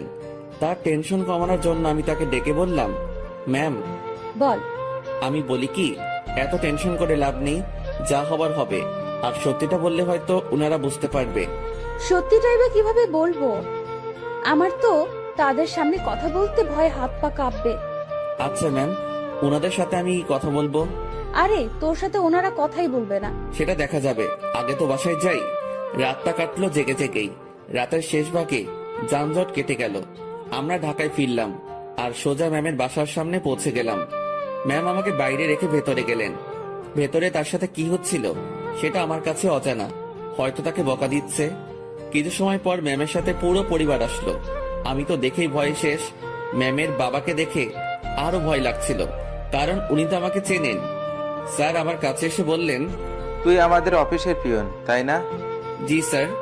আশেপাশে সবাই হেসে উঠল। ইরার চাচা তাকে ডেকে বলল, আরে এত মানুষ থাকতে তুই কিনা একটা পিয়নের সাথে লং ড্রাইভে গিয়েছিলি? ইরা চুপ, কারণ সে এখানে কিছুই বলতে সাহস পাবে না। চুপচাপ থাকতে হবে তাকে। তোকে যেন অফিসে না দেখি, ঠিক আছে? জি স্যার। আমি চলে আসলাম তাদের ওখান থেকে। বাইরে এসে দীর্ঘ একটা নিঃশ্বাস ফেললাম। যাক, তেমন বকা দেয়নি। ম্যামকেও হয়তো কিছু বলেনি। নিজের বাসায় আসলাম। 2 দিন পর খাওয়া দাওয়া বন্ধ হয়ে যাবে। বিছানায় শুয়ে শুয়ে ভাবছি, এখানে না থাকতে পারলে চলে যাব। দিনটা কোনো রকমে পার করলাম। পরদিন ঘুম থেকে জাগনা হয়েছে, কিন্তু বিছানা ছেড়ে উঠতে ইচ্ছা করছে না। মোবাইলটা হাতে নিলাম, দেখি বিকাশ কোম্পানি থেকে মেসেজ। বিরক্তি নিয়ে ফোনটা রেখে দিলাম। শুয়ে শুয়ে টাকার কথা ভাবছি। এমন সময় মনে হলো স্ক্রিনে মনে হয় কিছু দেখছিলাম। ছটফট মোবাইলটা হাতে নিয়ে দেখি 25,000 টাকা আমার অ্যাকাউন্টে কে যেন পাঠিয়েছে। আর একটা মেসেজ আছে, এটা ম্যামের নম্বর। মেসেজটা সিন করে দেখতে পেলাম উনি শুধু ব্রেকআপ লিখে পাঠিয়েছেন। নিজে নিজে শিওর হলাম টাকাটা উনি পাঠিয়েছেন। হয়তো আমার প্রতি তার দয়া হয়েছে। যাক, আমার একটু ভালোই হলো, কাজ খুঁজতে সুবিধা হবে। ম্যামের সাথে দেখা হলে ধন্যবাদ দিব। আমার রুমের দরজায় কারো নক। আলসিমি ছেড়ে উঠে দরজা খুললাম। পাশের বাসার বড় ভাই এসেছে, যার কাছ থেকে আমি টাকা ধার করে এনেছি। ভাই, আমার টাকাটা খুব প্রয়োজন, তুই যেভাবে পারিস টাকাটা দে। ভাই আমি তো বলেছি কয়েকদিন পর দিতে পারবো। না ভাই, আমার খুব দরকার। আচ্ছা আপনি বাসায় যান, আমি টাকা নিয়ে আসছি। দরজা লাগিয়ে দিয়ে ফোনটা হাতে নিব, তখনই আবার দরজায় নক। কেমন যেন খুব রেগে গিয়ে দরজাটা খুলেই বলি, আরে ভাই বললাম তো দিয়ে আসবো। একটু ধমকে সুরে বলেছি। আমার এমন করে বলাটা ভুল হয়েছে, কারণ সামনে ম্যাম দাঁড়িয়ে আছে।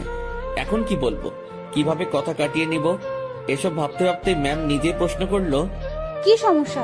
এত রেগে আছিস কেন? আপনি এখানে? আমি বেশ অবাক, কারণ তাকে এখানে এভাবে কখনো আশা করিনি। আমার সামনে থেকে সর কুত্তা, ভেতরে যাব। আমি সরে দাঁড়াতে উনি ভেতরে ঢুকলেন। তারপর আমার বিছানায় নিজের শরীরটা এলিয়ে দিলেন। ফ্রেশ হয়ে নে। আজকে আবার কোথাও যাবেন নাকি? আরে না, তুই যা, ফ্রেশ হয়ে নে, কথা আছে। আচ্ছা আমি বাইরে থেকে আসছি একটু। ওকে। আমি বাইরে এসে টাকা উঠে বড় ভাইকে থামিয়ে আসি। উনি যদি আবার আসতেন, আমার রুমে মেয়ে দেখে হয়তো ভিন্ন কিছু ভাবতো।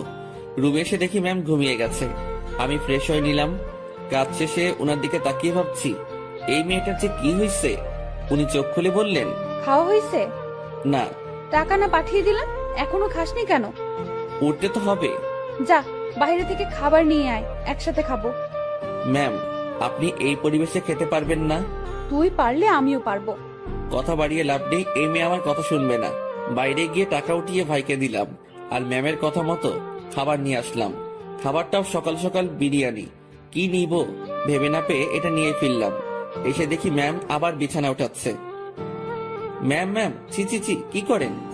এবার এটা যদি আপনার পরিবার জানে তো আমাকে মেরেই ফেলবে। ভাই আপনি যান। ও সরি ম্যাম, আপনি চলে যান। চুপ থাক। খাবার এনেছিস? জি। তোর সাথে তো ব্রেকআপ হয়েছে আমার, তাই না? আমি কিভাবে জানবো? ওই যে সকালে মেসেজ করলাম। ওইটা যে আপনি কি জন্য লেখেন আমি জানি না। ব্রেকআপ হয়েছে তাই লিখছি। ও ভালো। আচ্ছা ম্যাম, আপনি খাবার খেয়ে বাসায় চলে যান। আপনার সাথে থেকে আমার চাকরিটা গেছে, জীবনটা যাক এটা আমি চাই না। চাকরি গেছে তো কি হয়েছে? আপনাকে তো বেতন দেওয়া হয়েছে। এত টাকা কেন দিয়েছেন? 20,000 তোর, আর বাকি টাকা তোর বেতন। যদিও কিছু টাকা আছে, সেটা মাস শেষে দিয়ে দিব। কাজ না করে টাকা আমি নিব না। কাজ তো তোকে দিবই। কি কাজ? আমার সাথে সময় কাটানো। আমাকে তো ইয়ে পাইছেন। মানে কি? মানে বোঝেন না? আমি কি আপনার ওই বিএফ যে এইভাবে সময় দিব? তুই আমার মুখের উপরে কথা বলিস? Sorry ma'am. তোর সাথে কোনো কথা নেই। আপনি যেভাবে এসে আবার বিছানায় শুয়ে পড়লেন, আমি তো বেশ ভয় পেয়েছি, আর এখনো পাচ্ছি। এটা যদি আপনার বাসার কেউ জানতে পারে, তো আমাকে এখান থেকে পালাতে হবে। তুই পালিয়ে যাবি তাই না? তো পালাবো না? আমার কি জানের ভয় নেই? কে মারবে তোকে? আপনার পরিবারের সবাই মিলেই মারবে। ভালো তো, মায়ের খাবি। আপনাদের মায়ের দিতে ভালোই লাগে না। আমার এখানে থাকলে চলবে না, এই শহর ছাড়তে হবে। কি বললি? ম্যাম বসা থেকে উঠে দাঁড়ালো। আপনার টর্চারে এখান থেকে পালাতে হবে। ও তাই? হুম। এখান থেকে যেন পালাতে না পারিস, সেই ব্যবস্থা তো করতেই হয়। ম্যাম আমার দিকে এগিয়ে আসছে। একটু ভয় পেয়ে বললাম, মারবেন নাকি? না, অন্য কিছু করব। আপনি এভাবে তাকিয়ে আছেন কেন? আমার ভয় করে এমনিতে, কিন্তু কালকের ভয়ে এখনো ধুক ধুক করে উঠে, তার উপর আপনার এরকম চাহনি। আমার চোখে তুই ভয় দেখতে পাস? হ্যাঁ। ওকে, দেখাচ্ছি ভয়। ম্যাম আমার দিকে এগোচ্ছে, আর আমি পেছনের দিকে যাচ্ছি। একসময় আমার পিঠ দরজায় লেগে যায়। ম্যামও আমার খুব কাছে চলে আসে। তার শরীর থেকে সুগন্ধি আসছে। নিশ্চয়ই দামি পারফিউম ব্যবহার করেন। সবকিছু মিলিয়ে নেশা ধরিয়ে দেওয়ার মতো একটা সুবাস। আমার বুকের ভেতরের অবস্থা খারাপ। ম্যাম যে কি করবে এখন তার কিছুই টের পাচ্ছি না। আমি তার চোখের দিকে তাকিয়ে দেখি তার চোখ হাসছে। না, আমি তার চোখের ভাষা কবে থেকে বোঝা শুরু করলাম। চোখ সরিয়ে নিলাম। ওই আমার দিকে তাকা। আবার তাকালাম। উপায় নেই, তাকাতেই হবে। এইভাবেই তাকিয়ে থাক। চোখ দিয়ে পানি বের হবে। হোক। আমার খুব লজ্জা লাগছে। এতটা কাছে আসলেন কেন? তুই পালিয়ে যেতে পারিস, তাই একটু আটকানোর চেষ্টা। জানি না এরপর থাকবি কিনা, চেষ্টা করে দেখতে সমস্যা কি? কি চেষ্টা করবেন? ইরা ম্যাম আমার নাকের সাথে নাক লাগালো। উনি মিটি মিটি হাসতেছেন। ওই অবস্থাতেই তিনি কথা বলা শুরু করলেন। মুভিতে তোর জায়গায় আমি থাকতাম, আর আমার জায়গায় তুই, কিন্তু এখানে ঠিক উল্টোটা হচ্ছে। আমি আর চোখ খুলে রাখতে পারলাম না, বন্ধ করে ফেললাম। চোখ খুলে রাখার শক্তি আমার নেই। আহারে আমার বেষ্টু। কথাটা বলে উনি আমার নাকে তার নাক ঘষা শুরু করলো। ম্যাম, একটু সরে দাঁড়ান। আগে বল পালাবি না? পালাবো না। প্রমিস কর। প্রমিস, পালাবো না। এভাবে হবে না। তাহলে ইরা তার জামাটা সরিয়ে বলল, নাভি টাচ করে বলতে হবে। ওনার নাভি দেখেই আমি চোখ সরিয়ে ফেলি। অসম্ভব সুন্দর একটা জিনিস দেখলাম। চোখটা বারবার সেই দিকে তাকাতে চাইছিল। কোন রকম অন্যদিকে তাকিয়ে আছি। এই নে, এটা টাচ করে প্রমিস কর। ওইখানে টাচ করে শুধু শুধু? আমি তো বললাম প্রমিস। আমি বিশ্বাস করি না। ম্যাম, ওখানে আমি হাত দিতে পারবো না, যত যাই বলেন। কেন? আপনার যে বর হবে সে দিবে। আচ্ছা, তুই আমার হবু বর, এখন নে টাচ কর। চিচি ম্যাম, কি বলেন?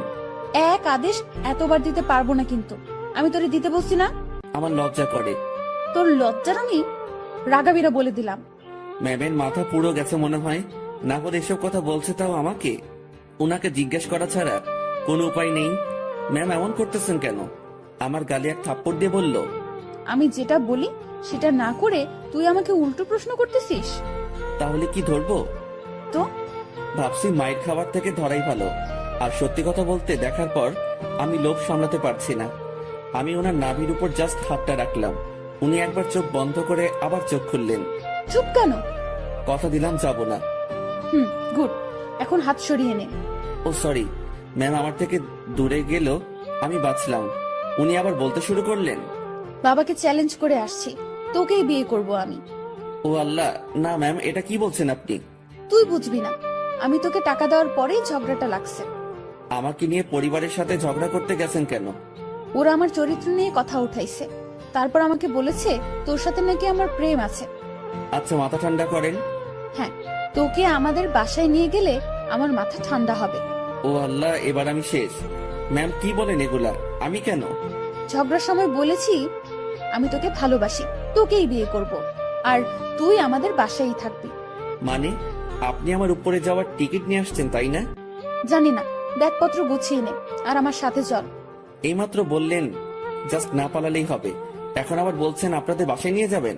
দেখে নিলাম তুই আমার উপর কতটা দুর্বল আর কতটা ভালোবাসিস। না, আপনি কি যে বলেন, আমি আপনাকে সাধু, হইছে, অনেক হইছে। ড্যাব ড্যাব করে আমার দিকে তাকিয়ে থাকিস, আবার আমার নাভির দিকে তাকিয়েছিলি। আমি বুঝি না। ওনার যা কথার স্পিড আমি পেরে উঠছিলাম না।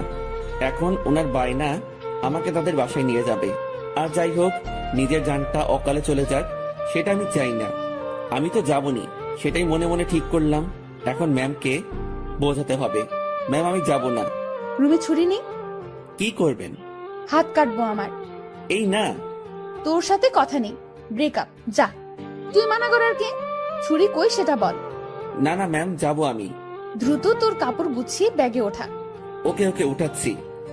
না, তুই ভাঁজ করে দে, আমি উঠাচ্ছি। আমি কাপড়গুলো ভাঁজ করে দিচ্ছি আর ভাবছি এইরকম জেদ ধরা ভালোবাসার জন্য আমি তার সাথে চলে যাচ্ছি। এটা কি ঠিক হবে?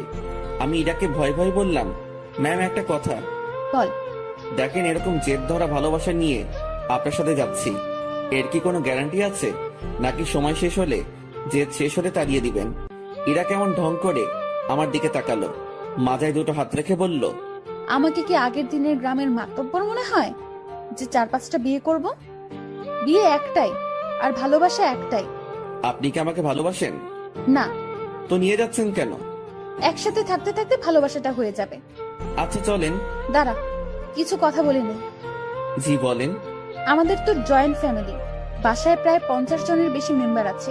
কেউ যদি বলে তুই কি কাজ করিস, কি বলবি তখন? এখন তো বেকার, কি আর বলবো, বেকারই বলতে হবে। না, তুই যে পিয়নের চাকরি করিস সেটা বলবি। চাকরিটা তো নেই। আছে। আপনি বললেই হলো নাকি? স্যার আমাকে মানা করে দিয়েছে। কোম্পানির 60% শেয়ার আমার। মালিক তাহলে কে? জি আপনি। আজ বাসায় আমার সাথে থেকে কাল সকালে দুজন একসাথে অফিসে যাব, ঠিক আছে? জি ম্যাম, ঠিক আছে। যানটা হাতে নিয়ে ওনার সাথে রওনা দিলাম।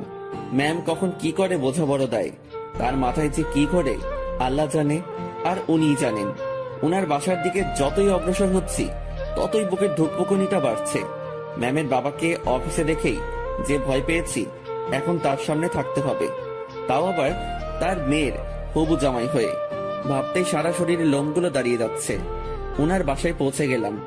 গাড়ি যেখানে পার্ক করলো সেখানেই আরো অনেকগুলো গাড়ি। বাসাটা দেখে মনে হয় না এত লোক এখানে থাকে। এই, তুই আমার পিছু পিছু থাকবি, ওকে? জি ম্যাম, ওকে। বাসার ভেতরে ঢুকলাম। বসার ঘরে সবাই বসে আছে, কেউ কেউ আড্ডাতে মেতে আছে। আমাদেরকে দেখে সবার কাজ করা বন্ধ হয়ে গেল। আমি মাথা নিচের দিকে দিয়ে আছি, কারো দিকে তাকানোর সাহস নেই। এই ম্যামের জন্য আমি এই পরিস্থিতিতে পড়েছি। আমি ম্যামের কথা কেন শুনতেছি? আমি কি ওনাকে মনের অজান্তে ভালোবেসে ফেলেছি? না, ভাবনা ঢুকলে চলবে না, এখন অ্যাক্টিভ থাকতে হবে। ম্যাম যেটা বলবে সেটাই করতে হবে। ধীরে ধীরে বাসার সবাই চলে আসলো। ওনার বাবা মা তো প্রথম থেকেই এখানে ছিলেন। এই যে আমি আমার বরকে এনেছি, আজ থেকে ও এখানেই থাকবে। কেউ যদি আমাকে বাসা থেকে বের করে দেওয়ার কথা ভাবো তো আমার সম্পত্তি বুঝিয়ে দিয়ে তারপর বের করে দিও। তুই আমার মেয়ে। দেখো, ওর জেদ খুব। তুমি কিছু বলো না, ও ঠিক হয়ে যাবে। আর এই ছেলে তোর আমি। আমার দিকে তাকিয়ে কথা বলছে। আমি তো ভয়ে শেষ। ইরা, মা, তুই ওকে নিয়ে উপরে যা। ম্যাম আমাকে নিয়ে তার রুমে আসলো। অমায়িক সব সাজগোজ, রুমটা এত সুন্দর যে যেদিকে তাকাচ্ছি অবাক হচ্ছি। আমি তো রুম দেখাতে ব্যস্ত। ম্যাম তখন আমাকে বললেন, তুই বিছানায় উঠে থাক, আমি আসছি। ম্যাম কই যান আপনি? নিচে। আমার ভয় করে কেউ এসে আমাকে মেরে ফেলবে। আরে পাগলা, কে মারবে? আপনার ওই পুলিশ চাচা।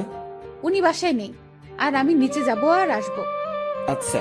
ইরা চলে যাওয়ার পর রুমটা ভালোভাবে দেখছিলাম। দেখতে দেখতে বিছানায় বসে পড়লাম। বিছানাটাও বেশ নরম, বসার সাথে সাথে কেমন যেন একটা নরম তুলতুলে ভাব। হঠাৎ ইরার মা রুমে প্রবেশ করলেন। আমি তাকে দেখে দাঁড়িয়ে গেলাম। উনি আমার কাছে এসে বললেন, বাবা, নাম কি তোমার? জি শুভ। ও, ইরা হয়তো পাগলামি করে এমনটা করেছে। তোমার বাবা মা, ফ্যামিলি আছে, তারা এইসব শুনলে সমস্যা করবে। তুমি বিকেল পর্যন্ত থেকে চলে যেও, একটু পরে ওর রাগ কমে যাবে। আমি কিছু বলার আগেই রুমে ঢুকতে ঢুকতে ইরা বলল, ওর বাবা মা নেই, বিকেল পর্যন্ত রাখার জন্য ওনাকে আমি নিয়ে আসিনি। আর তোমাকে এসব বলতে কে বলেছে? দেখ ইরা, তোর বাবাকে তুই তো চিনিস। বাবাও আমাকে চেনে। বাইরের একটা ছেলে ধরে এনে এভাবে বাসায় ঢুকানো ঠিক হয়নি। লোকে খারাপ বলবে, সমাজ খারাপ বলবে। তো তোমরা সবাই আমাকে ওইসব বলেছিলে কেন, যে ওর সাথে আমার রিলেশন আছে? আচ্ছা, আমরা সবাই তোর কাছে ক্ষমা চেয়ে নিব। এখন তুই ছেলেটাকে বিদায় কর।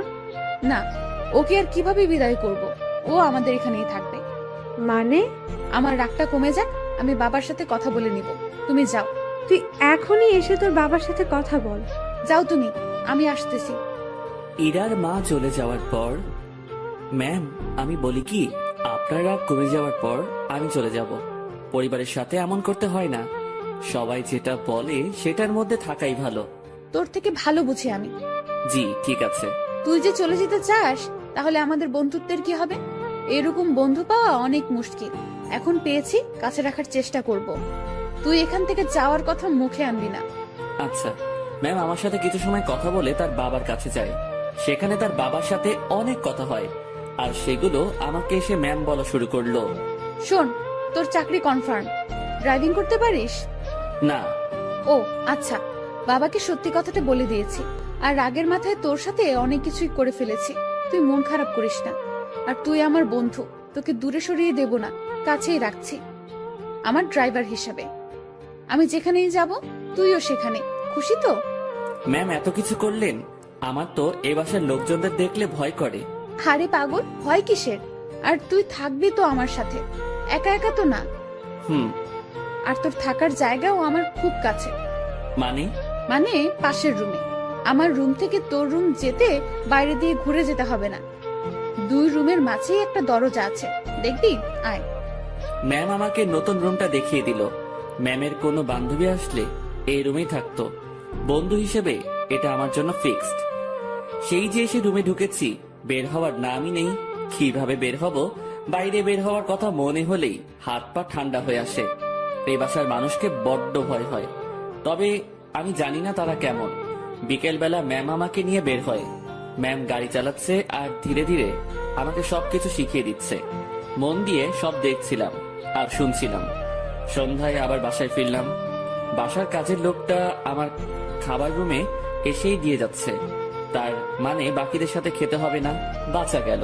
ম্যাম তার রুমে বসে অফিসের কাজ করছে, আর আমি আমার রুমে বসে কোনো কাজ নেই। একবার রুমের এপাশ থেকে ওপাশে যাচ্ছি, কখন আবার রুমের জানালা খুলে দিয়ে দাঁড়িয়ে থাকি। আমার তো আবার প্রকৃতি দেখার অভ্যাস। আর একটু রাত হলো, এবার নজর গেল নিজের ব্যাগের দিকে। ব্যাগ থেকে কাপড় এখনো বের করা হয়নি। বিছানায় ব্যাগ নিয়ে গিয়ে কাপড় বের করছিলাম, আর তখনই সেই সকালের কথা মনে পড়ে গেল। ম্যাম কি টর্চারটাই না করেছিল সকালবেলা, আর সেখানে ওনার কাছে আসা পেটে হাত রাখা। এসব মনে পড়তেই হাসি পেল। একা একা হাসছিলাম। হঠাৎ রুমের ভেতরের দরজায় নক। ম্যাম ডাকছে। তড়িঘড়ি করে উঠে গিয়ে দরজা খুলে দিলাম। জি ম্যাম, আসুন। কি করতেছিস তুই? এই যে কাপড়গুলো বের করতেছি। তুই অনেক আলসে মানুষ তো। সেই সকালে আসছি, এখনো তুই কিছুই গুছিয়ে উঠতে পারিসনি। মনে ছিল না। ভাঁজ কর এখন। আমি আবার বিছানায় বসে কাপড় ভাঁজ করায় মন দিলাম। ম্যাম আমার গা ঘেঁষে বসলো। উনি খুব কাছে বসেছিল, তাই বললাম, ম্যাম একটু দূরে বসেন, সমস্যা হচ্ছে।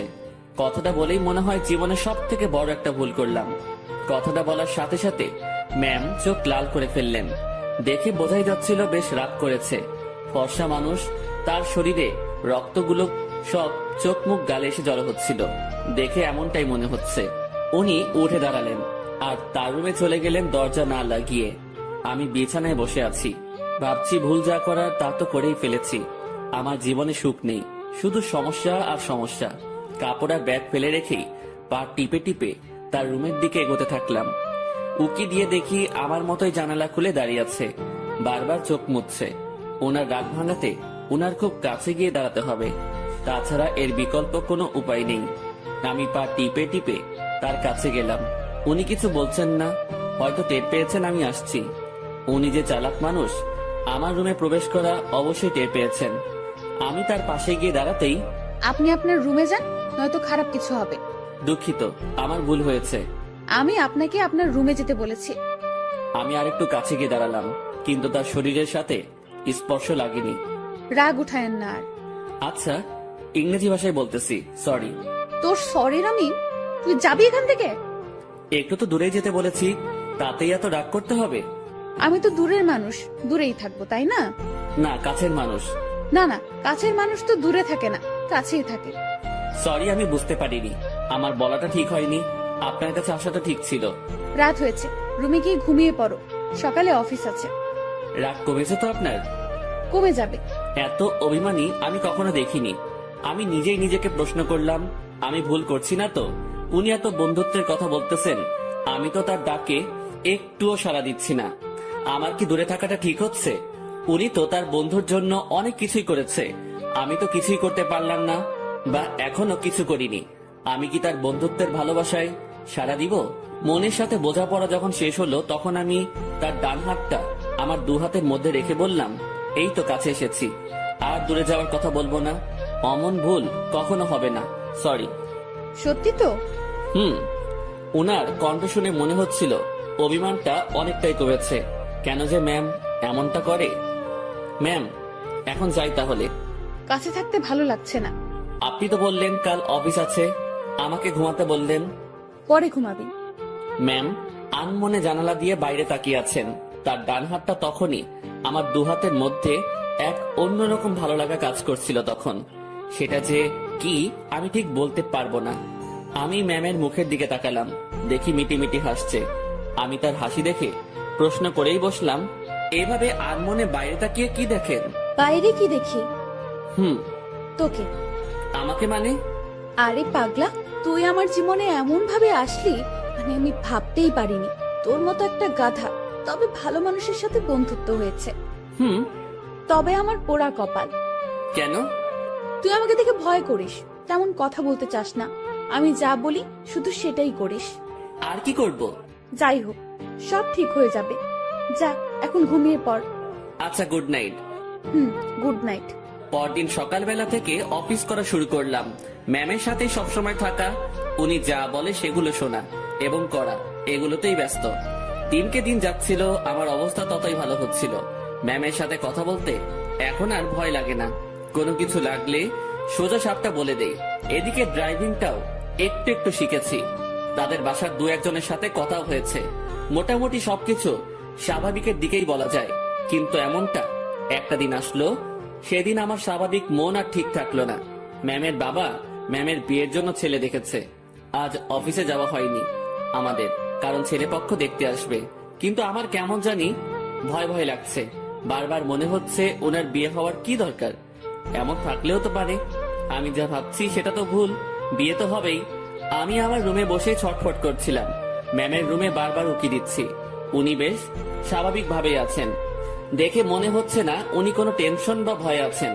তাহলে আমি ভয় করছি কেন? আমি তাকে হারানোর ভয় করছি না তো? ছি ছি, তাকে হারানোর কি আছে? সে তো আর আমার না। ম্যাম আমাকে বলেছিল উনি আমাকে ভালোবাসেন, সেটা ছিল বন্ধুত্বের। আর আমি যেটা ভাবছি সেটা তো অন্য কিছু। না, নিজের মনের অজান্তেই তাকে ভালোবেসে ফেললাম। এসব কখন হলো? আমি তো এইরকম কিছু ভাবিনি তার সম্পর্কে। পরক্ষণে মনে হলো আমি তার চিন্তায় দিন পার করেছি। সেখান থেকেই এই অবস্থা। নিজের রুমে আর থাকতে পারলাম না। বিছানা থেকে উঠে ম্যামের রুমে চলে গেলাম। ম্যাম বসে বই পড়ছেন। আমাকে দেখে বললেন, কিছু বলবি? বল। আপনাকে দেখতে আসছে। তুই তো জানিস, নতুন করে প্রশ্ন করার কি আছে? যদি তারা আপনাকে পছন্দ করে, আপনি কি রাজি হবেন? ছেলে যদি ভালো হয়, পরিবার যদি ভালো হয়, তাহলে মানা করব কেন? তাই ঠিক। এটাই বলতে আসছিলি? না। সকাল সকাল তোতলানো শুরু করেছিস। কিছু হয়েছে? একটা কথা বলার ছিল। ম্যাম আমার দিকে তাকিয়ে বইটা বন্ধ করে পাশে রাখলো। তারপর আমাকে তার সামনাসামনি বসতে বলল। তোকে দেখে মনে হচ্ছে আমাকে কিছু বলতে চাচ্ছিস, কিন্তু ভয় করতেছিস। হ্যাঁ, ওই রকমই। ভয় নেই, বল। কিছু বলবেন না তো?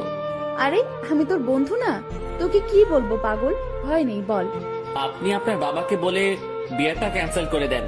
ওই বিয়ে তো ঠিকই হয়নি, এখনই কিভাবে ক্যান্সেল করে দিব? আর কেন ক্যান্সেল করব?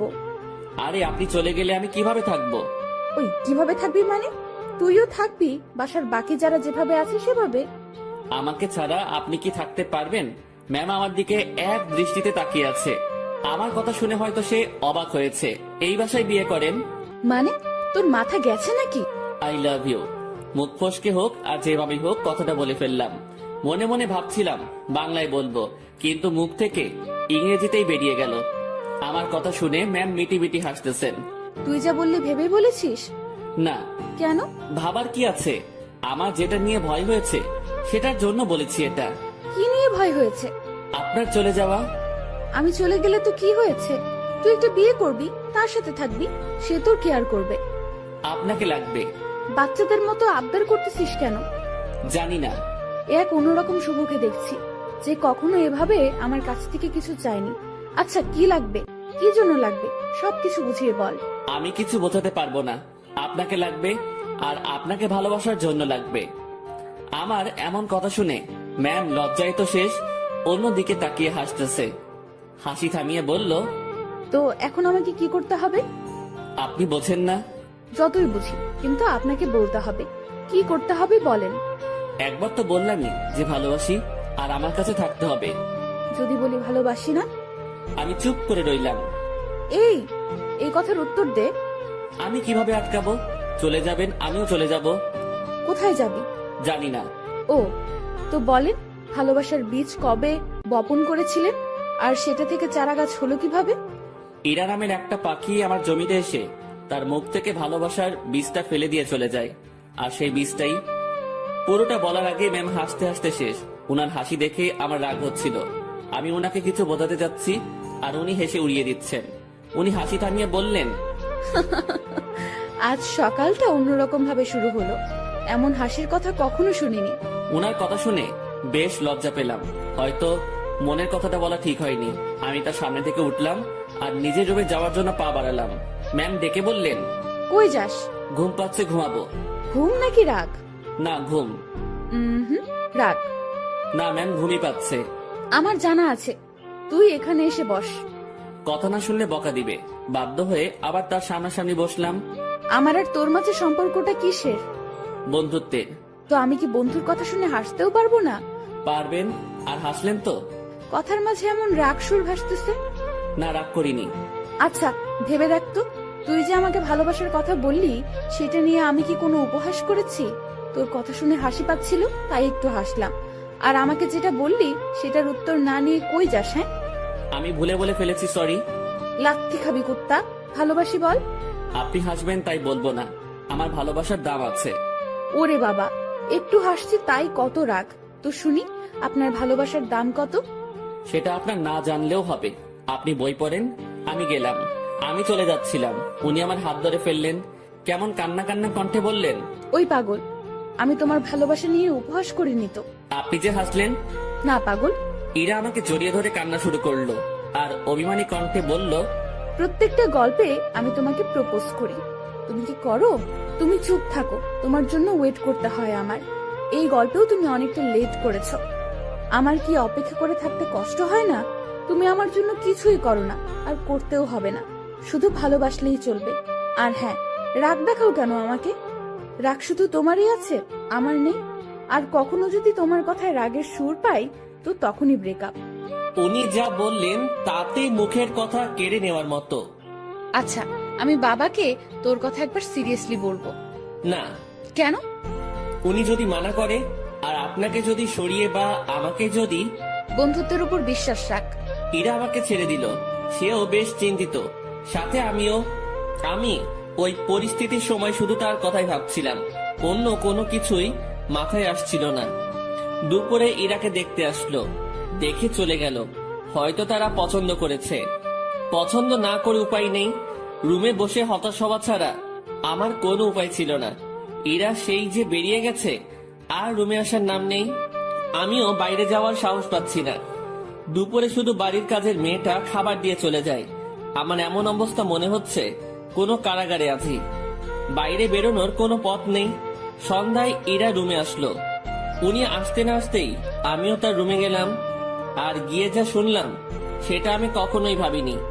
উনি বলতে শুরু করলেন, বাবার ছোটবেলার বন্ধুর সাথে আমার বিয়ে ঠিক করেছে। ওনারা আমাকে দেখে পছন্দ করেছে। আজ ওনাদের যে হাসি মুখ দেখলাম সেটা আমি ভাঙতে পারবো না। কথাটা শুনে বুকের ভেতরটা কেমন যেন আটকে গেল। মনে হলো বুকে পাথরের ভর করছে। শুনেছি বুক ভার হলে চোখে পানি চলে আসে। আমি কোন রকম চোখের পানি সামলিয়ে বললাম, সমস্যা নেই, আপনি যেটা করেন। তুই আমার উপর রাগ করলি তাই না? আরে না, আপনার সিদ্ধান্তে আমি খুব খুশি।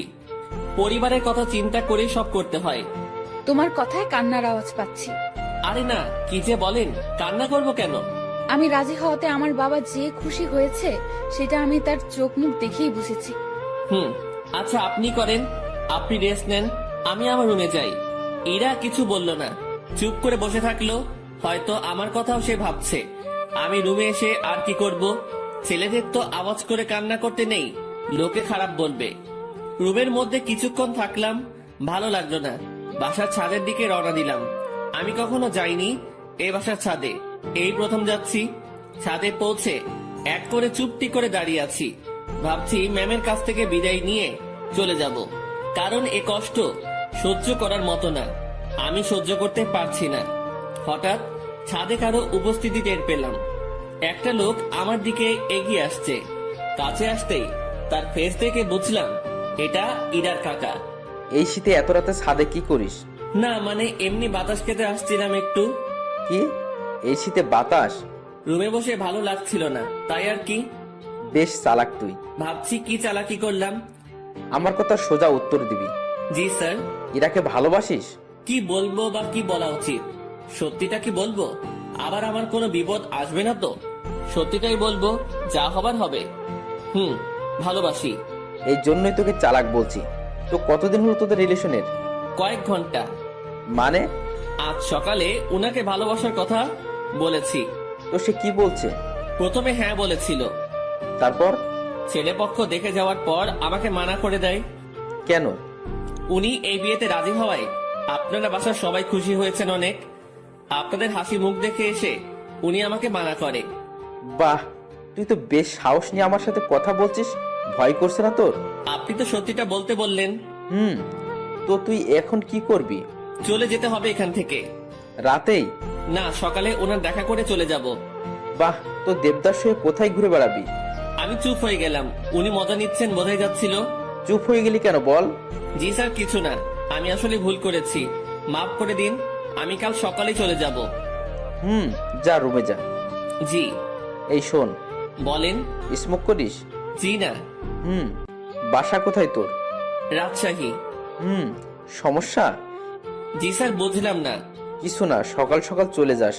নেক্সট টাইম আমার সামনে পড়লে সমস্যা হবে তোর। আমার সামনে যেন না দেখি। জি স্যার, আর দেখবেন না আমাকে।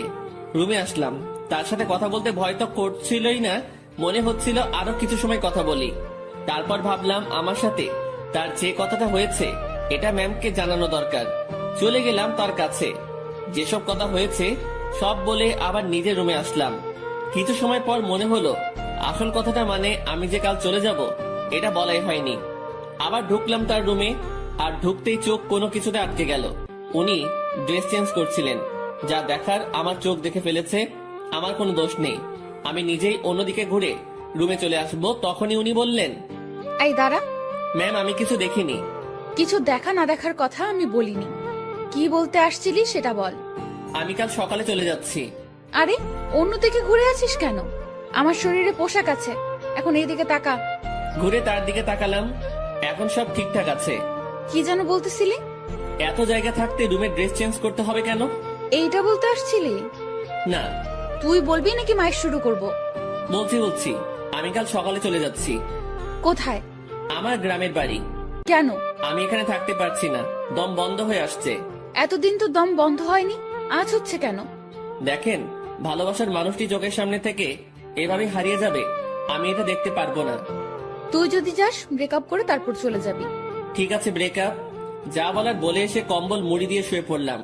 ওনার কথা ভাবতে ভাবতে চোখের পাতাটা বন্ধ হয়ে গেল। রাত তখন কত হয়েছে আমি জানি না। আমার কম্বলের নিচে কাউকে অনুভব করলাম। কেউ একজন এখানে এসে শুয়ে আছে। নিজের ঘুম ভাঙাতে চোখ খুললাম। কম্বলটা মাথার উপর থেকে সরিয়ে দেখি ইরা আমার পাশে শুয়ে আছে। আমি উঠে বসাতে ফেল করে আমার দিকে তাকিয়ে আছে। উনাকে দেখে অবাক হয়ে যাই আমি। কয়েকদিন পরে যার বিয়ে সে আমার রুমে আমার সাথে একই বিছানায় এসে শুয়ে আছে। এর মতলবটা কি? যেমন ছিলি তেমন করে শুয়ে থাক। আপনি এখানে কি করেন? দেখছিস না শুয়ে আছি? আপনার রুমে যান। এখানে কি? এটাও আমার রুম। এভাবে এত কাছে আসা ঠিক না। কোনটা ঠিক তোকে বলতে বলছি আমি? যেমনটা ঘুমিয়েছিলি তেমনটাই ঘুমিয়ে থাক। শোনেন, আপনি আমাকে কিছু বলতে দিল না।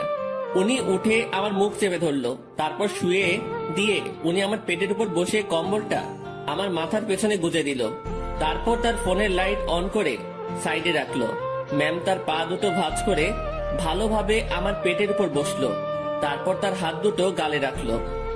বাইরে থেকে এই অবস্থা দেখে মনে হবে একটা ত্রিভুজের মতো, ভেতরে আলো থাকায় ছোট্ট একটা 3 কোণা ঘরের মতোই লাগছিল।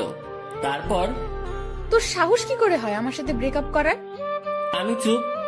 শুভ, উত্তর দে, না হলে তোর খবর আছে। আপনার যাতে ভালো হয় সেই জন্যই করেছি। তুই ব্রেকআপ করার কে? করলে আমি করব। আমি করতে পারি না। তুই কেন করবি? ভালো তো আমি বাসি, ব্রেকআপ আমি করব। আর আমি কি ভালোবাসি না? আমার থেকে কম, সো তোর ব্রেকআপের কোনো দাম নাই। আচ্ছা, আপনি পেটের উপর থেকে নামেন, ব্যথা করতেছে। করলে করুক, আমি কি করব? আপনি যা করছেন সেটা ঠিক না। কি করতেছি আমি? এই যে এইভাবে বসে আছেন, আবার তোকে জ্ঞান দিতে বলেছি আমি। জি না। এরপর ইরা তার হাত দিয়ে আমার ঠোঁট স্পর্শ করা শুরু করলো, নাকে চোখে হাত বুলিয়ে দিল। আমি যে বসে আছি তাতে কি তোর বেশি কষ্ট হচ্ছে? না, কিন্তু এইরকম ভাবে হাত দিচ্ছেন এটা ভালো লাগছে না। I love you. নতুন বরকে বইলেন, কথাটা বলার সাথে সাথে গালে চর বসিয়ে দিল। আই লাভ ইউ টু বল, নয়তো আরো মারবো। টুট টুট টুট। কিসের টুটু? পুরোটা বল। ভালোবাসি আমিও। ওয়াও, খুব বলেছেন। চলো এখন রোম্যান্স করি। ম্যাম ওয়েট, কিসের রোম্যান্স? আমি তো আপনার বর না, এগুলো ঠিক হবে না। আপনি আপনার রুমে যান। আহারে, আমি তো রোম্যান্স করবই, সে বিয়ে হোক আর না হোক।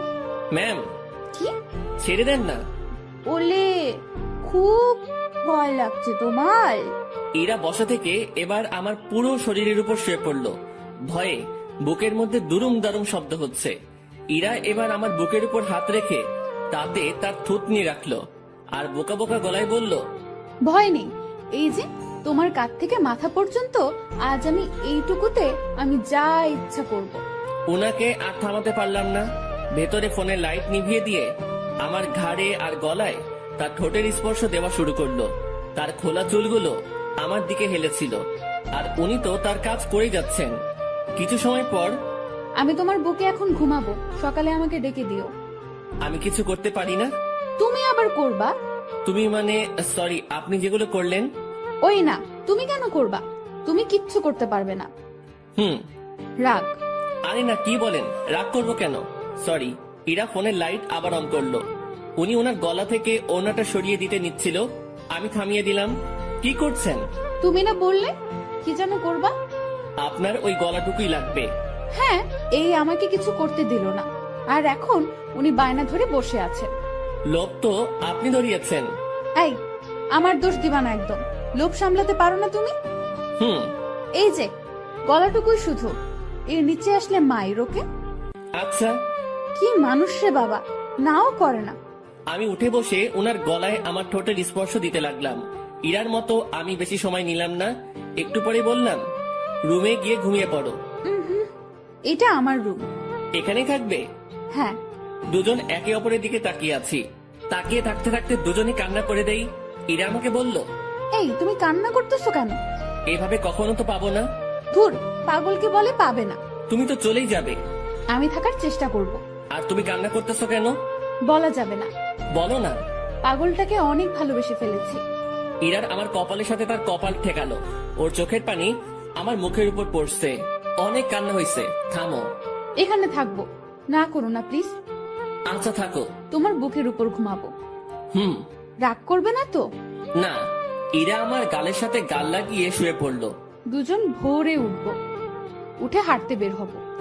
তোমার কাকা আমাকে চলে যেতে বলেছে সকালে। ওনার সাথেই বের হব। কি? তোমাকে কিছু ভাবতে হবে না। উনি আমাকে দেখলে গুলি করবে। আমি যদি বলি জামাই বলে ডাকবে। মানে? তুমি যে বললা ওনার সাথে কথা বলছো, হুম। উনি আবার আমাকে কল করেছিল, আমি সব সত্যিই বলেছি। তারপর উনি কি বললো জানো? কি বললো? আমাদের বিয়ের দায়িত্ব উনি নিয়েছেন, সব উনি সামলাবেন। উনি তোমাকে অনেক পছন্দ করেছেন। কি জন্য? সেটা আমি কিভাবে বলবো? সত্যি কথা বলেছো, তাই মনে হয় ভালো লেগেছে তার। ও, আর কোনো কথা না, এবার শুধু ঘুম হবে, ঘুম ঘুম আর ঘুম হবে। চোখ বন্ধ করো পাগল। দুজনেই ঘুমিয়ে গেলাম। পরদিন ভোরে ইরা আমাকে ডেকে তুললো। তারপর হাঁটতে বের হলাম। পথে সত্যি সত্যি ইরার কাকার সাথে দেখা হলো। উনি আমাদেরকে দেখে মুচকি হাসলেন, কিন্তু কিছু বললেন না। এই চলো জগিং করি, ভুঁড়ি হতে দেওয়া যাবে না। ভুঁড়িওয়ালা বর আমার পছন্দ না। ওনার কথা শুনে মুচকি হাসা ছাড়া উপায় নেই। সকালে সব কাজ শেষে অফিসে আসলাম দুজন। অফিসের কেউ এ ব্যাপারে কিছু জানে না, তাই কোনো সমালোচনাও হয়নি। এসব বিষয় জানলে কেউ না কেউ আমাকে জিজ্ঞাসা করতই। দুপুরের পর এক শার্ট প্যান্ট কোট পরা ভদ্রলোক ইরা রুমে ঢুকলো। লোকটিকে দেখে কেমন যেন সন্দেহ হচ্ছিল আমার। কিছু সময় পর ইরা আমাকে ডাকলো। যাক, সন্দেহ এবার দূর হবে। রুমে ঢুকে দেখি ম্যাম বেশ রাগান্বিত। জি ম্যাম, বলেন। এই যে, এটাই আমার পাগল, দেখিনি। আমি মনে মনে ভাবছি, হে, ম্যামের লাজ লজ্জা কিচ্ছু নেই, এইভাবে কেউ পরিচয় করিয়ে দেয়? তো কিছু বলবেন আর? এরকম একটা ছেলেকে আপনার পছন্দ? ওর কিছু আছে? দেখতে তো কেমন জানি লাগে। ওই আমার পাগলের মধ্যে কি আছে না আছে আমি জানি, আপনাকে বুঝতে হবে না। আপনি আসতে পারেন। ভেবে দেখেন, এর সাথে থাকলে আপনার জীবন নষ্ট হতে পারে। এই শালা, ভাষা খারাপ করবি না। জীবন নষ্ট হবে মানে? ম্যাম তো তাকে মারার জন্য উঠেছে। এতক্ষণে বুঝলাম এই লোকটাই ম্যামকে দেখতে আসছিল। ম্যাম যেভাবে মারার জন্য দাঁড়িয়েছে, লোকটি ভয়ে চেয়ার উল্টে পড়ে যায়। ম্যামকে থামিয়ে আমি ওনাকে টেনে তুললাম। দেখছিস আমার পাগলের মধ্যে কি আছে? সে চলে গেল। ম্যাম, এইভাবে কেউ ভয় দেখায়? আরে ভাই বলিস না, মাথাটাই খারাপ করে দিছে। আমি কত বুঝালাম, বুঝলোই না। আমি বাইরে চলে আসছি। ম্যাম তখন পেছন থেকে ডাকলো। ওই আমার পাগল। জি ম্যাম, বলেন। উনি মুচকি হেসে বললেন, কিছু ফাইল কপি করতে হবে, একটু সাহায্য করবেন? আমি করে দিচ্ছি। আরে আমার রুমের মেশিনে কালি নেই, তুমি ম্যানেজারের রুম থেকে বের করে নিয়ে আসো। আচ্ছা। ইরা ফাইলগুলো আমার হাতে দিল। উনিও ফাইলটা ধরে আছেন, আমিও এক পাশে ধরে আছি। উনি ছাড়ছেন না। রাগ করলে নাকি আবার? ছি, না ম্যাম, রাগ করবো কেন? এই যে কাজ করাচ্ছি। এটা তো আমারই কাজ। তোমাকে দিয়ে কাজ করাতে ইচ্ছে করে না গো। আমার কাজ করতে ইচ্ছে করে। স্যার যান, এখন এগুলো কপি করে নিয়ে আসেন। আর হ্যাঁ, আজ বাসায় ফিরতে রাত হবে। সন্ধ্যায় বাইরে গিয়ে খেয়ে এসে আবার কাজ শুরু করব, ঠিক আছে? আচ্ছা ঠিক আছে, সন্ধ্যায় দুজন বাইরে গিয়ে খেয়ে আসি, তারপর আবার কাজ শুরু। বিকেল থেকেই আমি ম্যামের রুমে বসে ওনার কাজ দেখছি মনোযোগ দিয়ে। মাঝে মাঝে কথা হচ্ছে। কাজ শেষের দিকে ম্যাম তখন বলল, আজ কি করব জানো? কি করবেন? এই যে তুমি করে বলো। কি করবা? এক জগ চা বানিয়ে দুজন রাত 10টার পর ছাদে যাব। কেন? গল্প করব। এই ঠান্ডায় ছাদে? রুমেই তো ভালো। আরে না, ছাদে আগুনের ব্যবস্থা করব। তুমি আমি পাশাপাশি বসে চা পান করব আর গল্প করব। আর স্যার, মানে আপনার বাবা যদি দেখে? ও পাগল রে পাগল, কাকা তো বাবাকে সব বলে দিয়েছে। বাবা আবার তার বন্ধুকে মানা করে দিয়েছে। আর সেই জন্যই ছেলেটি আমার কাছে আসছে রিকোয়েস্ট করার জন্য, যাতে আমি মানা না করি। তারপর তোমার কথা বললাম, তোমাকে দেখালাম। ও, এই ব্যাপার? জি, এখন বাসায় সব চলবে। সব চলবে মানে? বাসায় চলো, বাসায় গিয়েই বুঝাবো নি। ঠিক আছে পাগল? কাজ শেষে আমরা বাসায় আসলাম। প্রতিদিনের মতো আজ আমাকে আর একা খেতে হলো না, সবার সাথে বসে খাচ্ছি। বেশ ভয় নিয়েই টেবিলে বসে আছি। ধীরে ধীরে সবার সাথে পরিচিতি হলাম। খাওয়া শেষে ইরার বাবা আমাকে ডেকে বাইরে নিয়ে গেলেন। দেখো, বাসার সবাই তোমাকে মেনে নিচ্ছে, শুধু আমি বাদে। এর পেছনে কারণও আছে। তুমি সামান্য একটা মানুষ, কত বড় ফ্যামিলির দিকে হাত বাড়িয়েছো, সেটা খেয়াল করেছো? ধরো কাল তোমাদের বিয়ে দিয়ে দিলাম, তারপর আমার মেয়েকে নিয়ে উঠাবে কোথায়? স্যার, বেয়াদবি মনে না নিলে একটা কথা বলি। বলো। আপনার মেয়ে বলেছে ও কাজ করে খাওয়াবে কিছুদিন। এর মাঝে আমিও কিছু একটা করে ফেলতে পারবো ওর সাহায্যে। আমরা এমনটাই ভেবেছি। ও, বউয়ের হাতের কামাই খাবে? না, বন্ধুর হাতের কামাই খাবো। মুখের উপর কথা বলছো। আমি তো বলেই নিলাম, কিছু মনে করবেন না। ওকে, 2 দিন পর তোমাদের বিয়ে। সমাজের নিয়ম অনুযায়ী আমার মেয়েকে নিয়ে বাসা থেকে বেরিয়ে যাবে। কোথায় যাবে সেটা আমি জানি না, ওকে? জি স্যার। কথাটা ইরাকেও জানিয়ে দিও। জি। ইরার বাবা আমাদের উপর বেশ রেগে আছেন। রাগাটাই স্বাভাবিক, যা কাজ করেছি। বাইরে দেরি না করে ইরার কাছে গেলাম, গিয়ে কথাগুলো বললাম।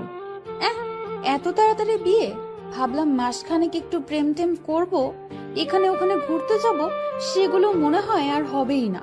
বিয়ের জন্য প্রস্তুতি নিতে হবে। হ্যাঁ, আগে তো বাসা ঠিক করতে হবে। তুই বেটা এত টেনশন নিতেছিস কেন? তুই বাবাকে বলেছিস বন্ধুকে বিয়ে করতেছিস, তাই না? হুম। তো তোর বন্ধু থাকতে এত টেনশন কেন? শোন, আমি একটা ফ্ল্যাট কালকের মধ্যে কিনে নেব। আর হ্যাঁ, সংসার করতে অনেক কিছু প্রয়োজন, সেগুলোও কিনতে হবে। হুম।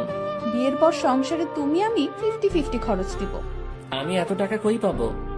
ও হ্যাঁ, তাও তো একটা কথা। আচ্ছা শোন, উপায় একটা বের করেছি। আমি দিব 80%, আর তুই 20%। আর ভালোবাসা দিবি তুই 99%, আর আমি 1%। কি? না, আপনি আমাকে ভালোবাসবেন না। যদি সংসারে 50-50 খরচ দিতে পারেন, ভালোবাসাটাও তেমনই ভাগ হবে। এটা কোনো কথা? তো নিজেদের মধ্যে রাজনীতি করাটা কি ঠিক? দেখ, আন্দোলন করতে থাক, কাজ হয় কিনা। মনটা একটু নরম করেন।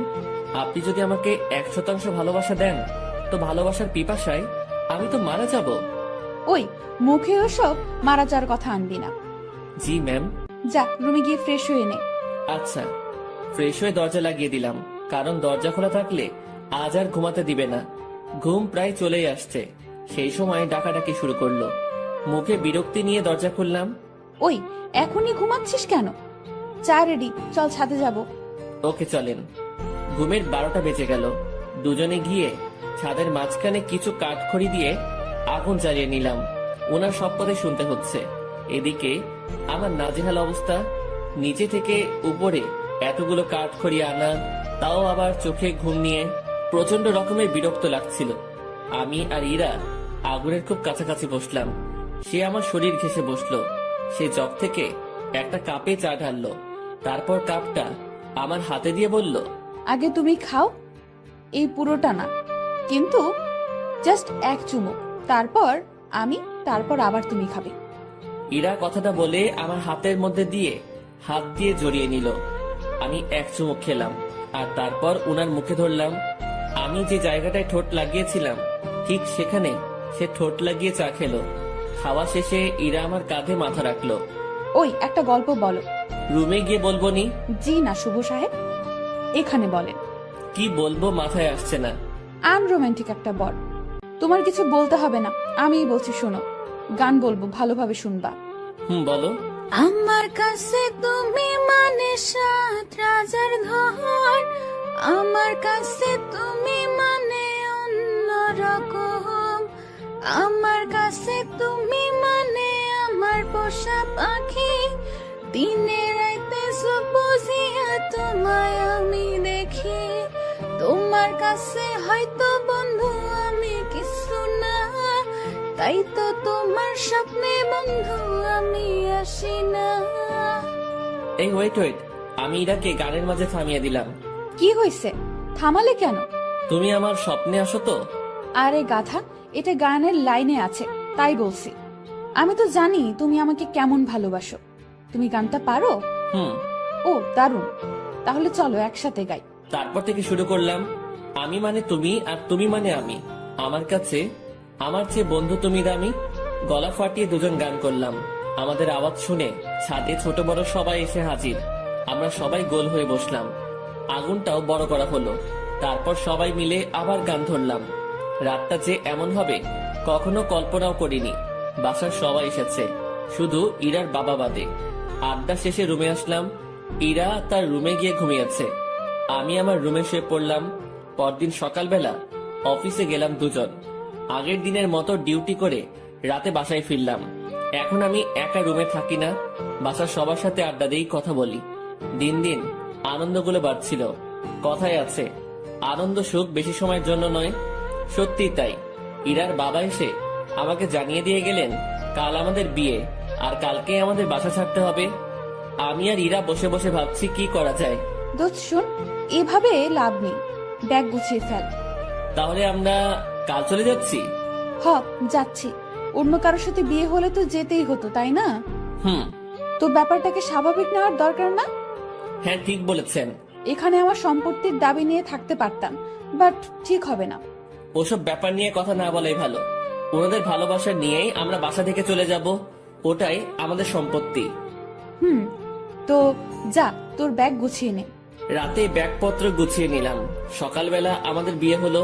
আমার পক্ষ থেকে ইরার কাকা মুরব্বি হলেন। বিয়ের সব কাজ শেষে খাওয়া দাওয়া শেষ, এবার আমাদের যাওয়ার পালা। আমরা রাতে প্ল্যান করেছি বিয়ে করি আর যাই করি অফিস মিস দেওয়া যাবে না। এখান থেকে অফিসে যাব, তারপর কারো মাধ্যমে আমরা একটা বাসা ভাড়া নিব। রাতে আমাদের বাসা হবে। ইরা সবার কাছ থেকে হাসি মুখে বিদায় নিচ্ছে। ওকে দেখে মনে হচ্ছে না একটু আগে ওর বিয়ে হয়েছে, আর পরিবার ছেড়ে আমার সাথে চলে যাচ্ছে।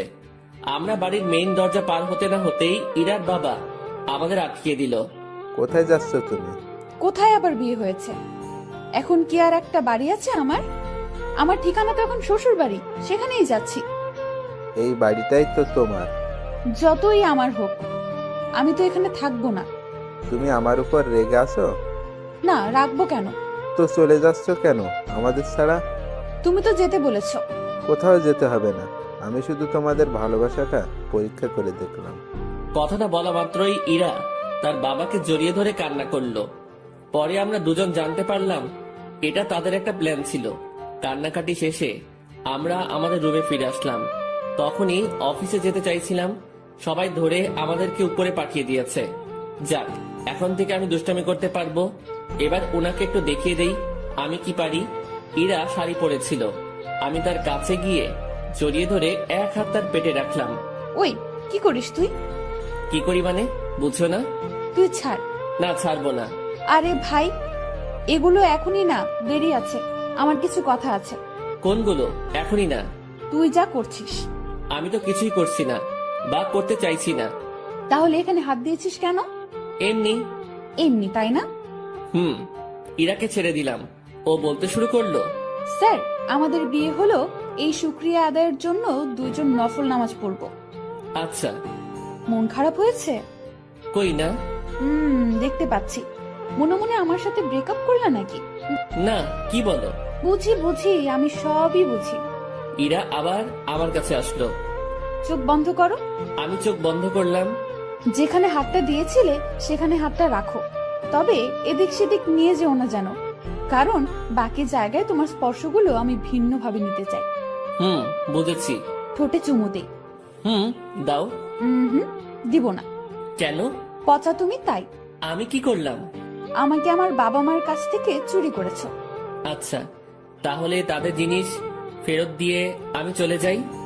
এই না। কেন? কারণ আমি চোরের প্রেমে আহত। দুজন মুচকি হেসে একে অপরকে জড়িয়ে ধরলাম।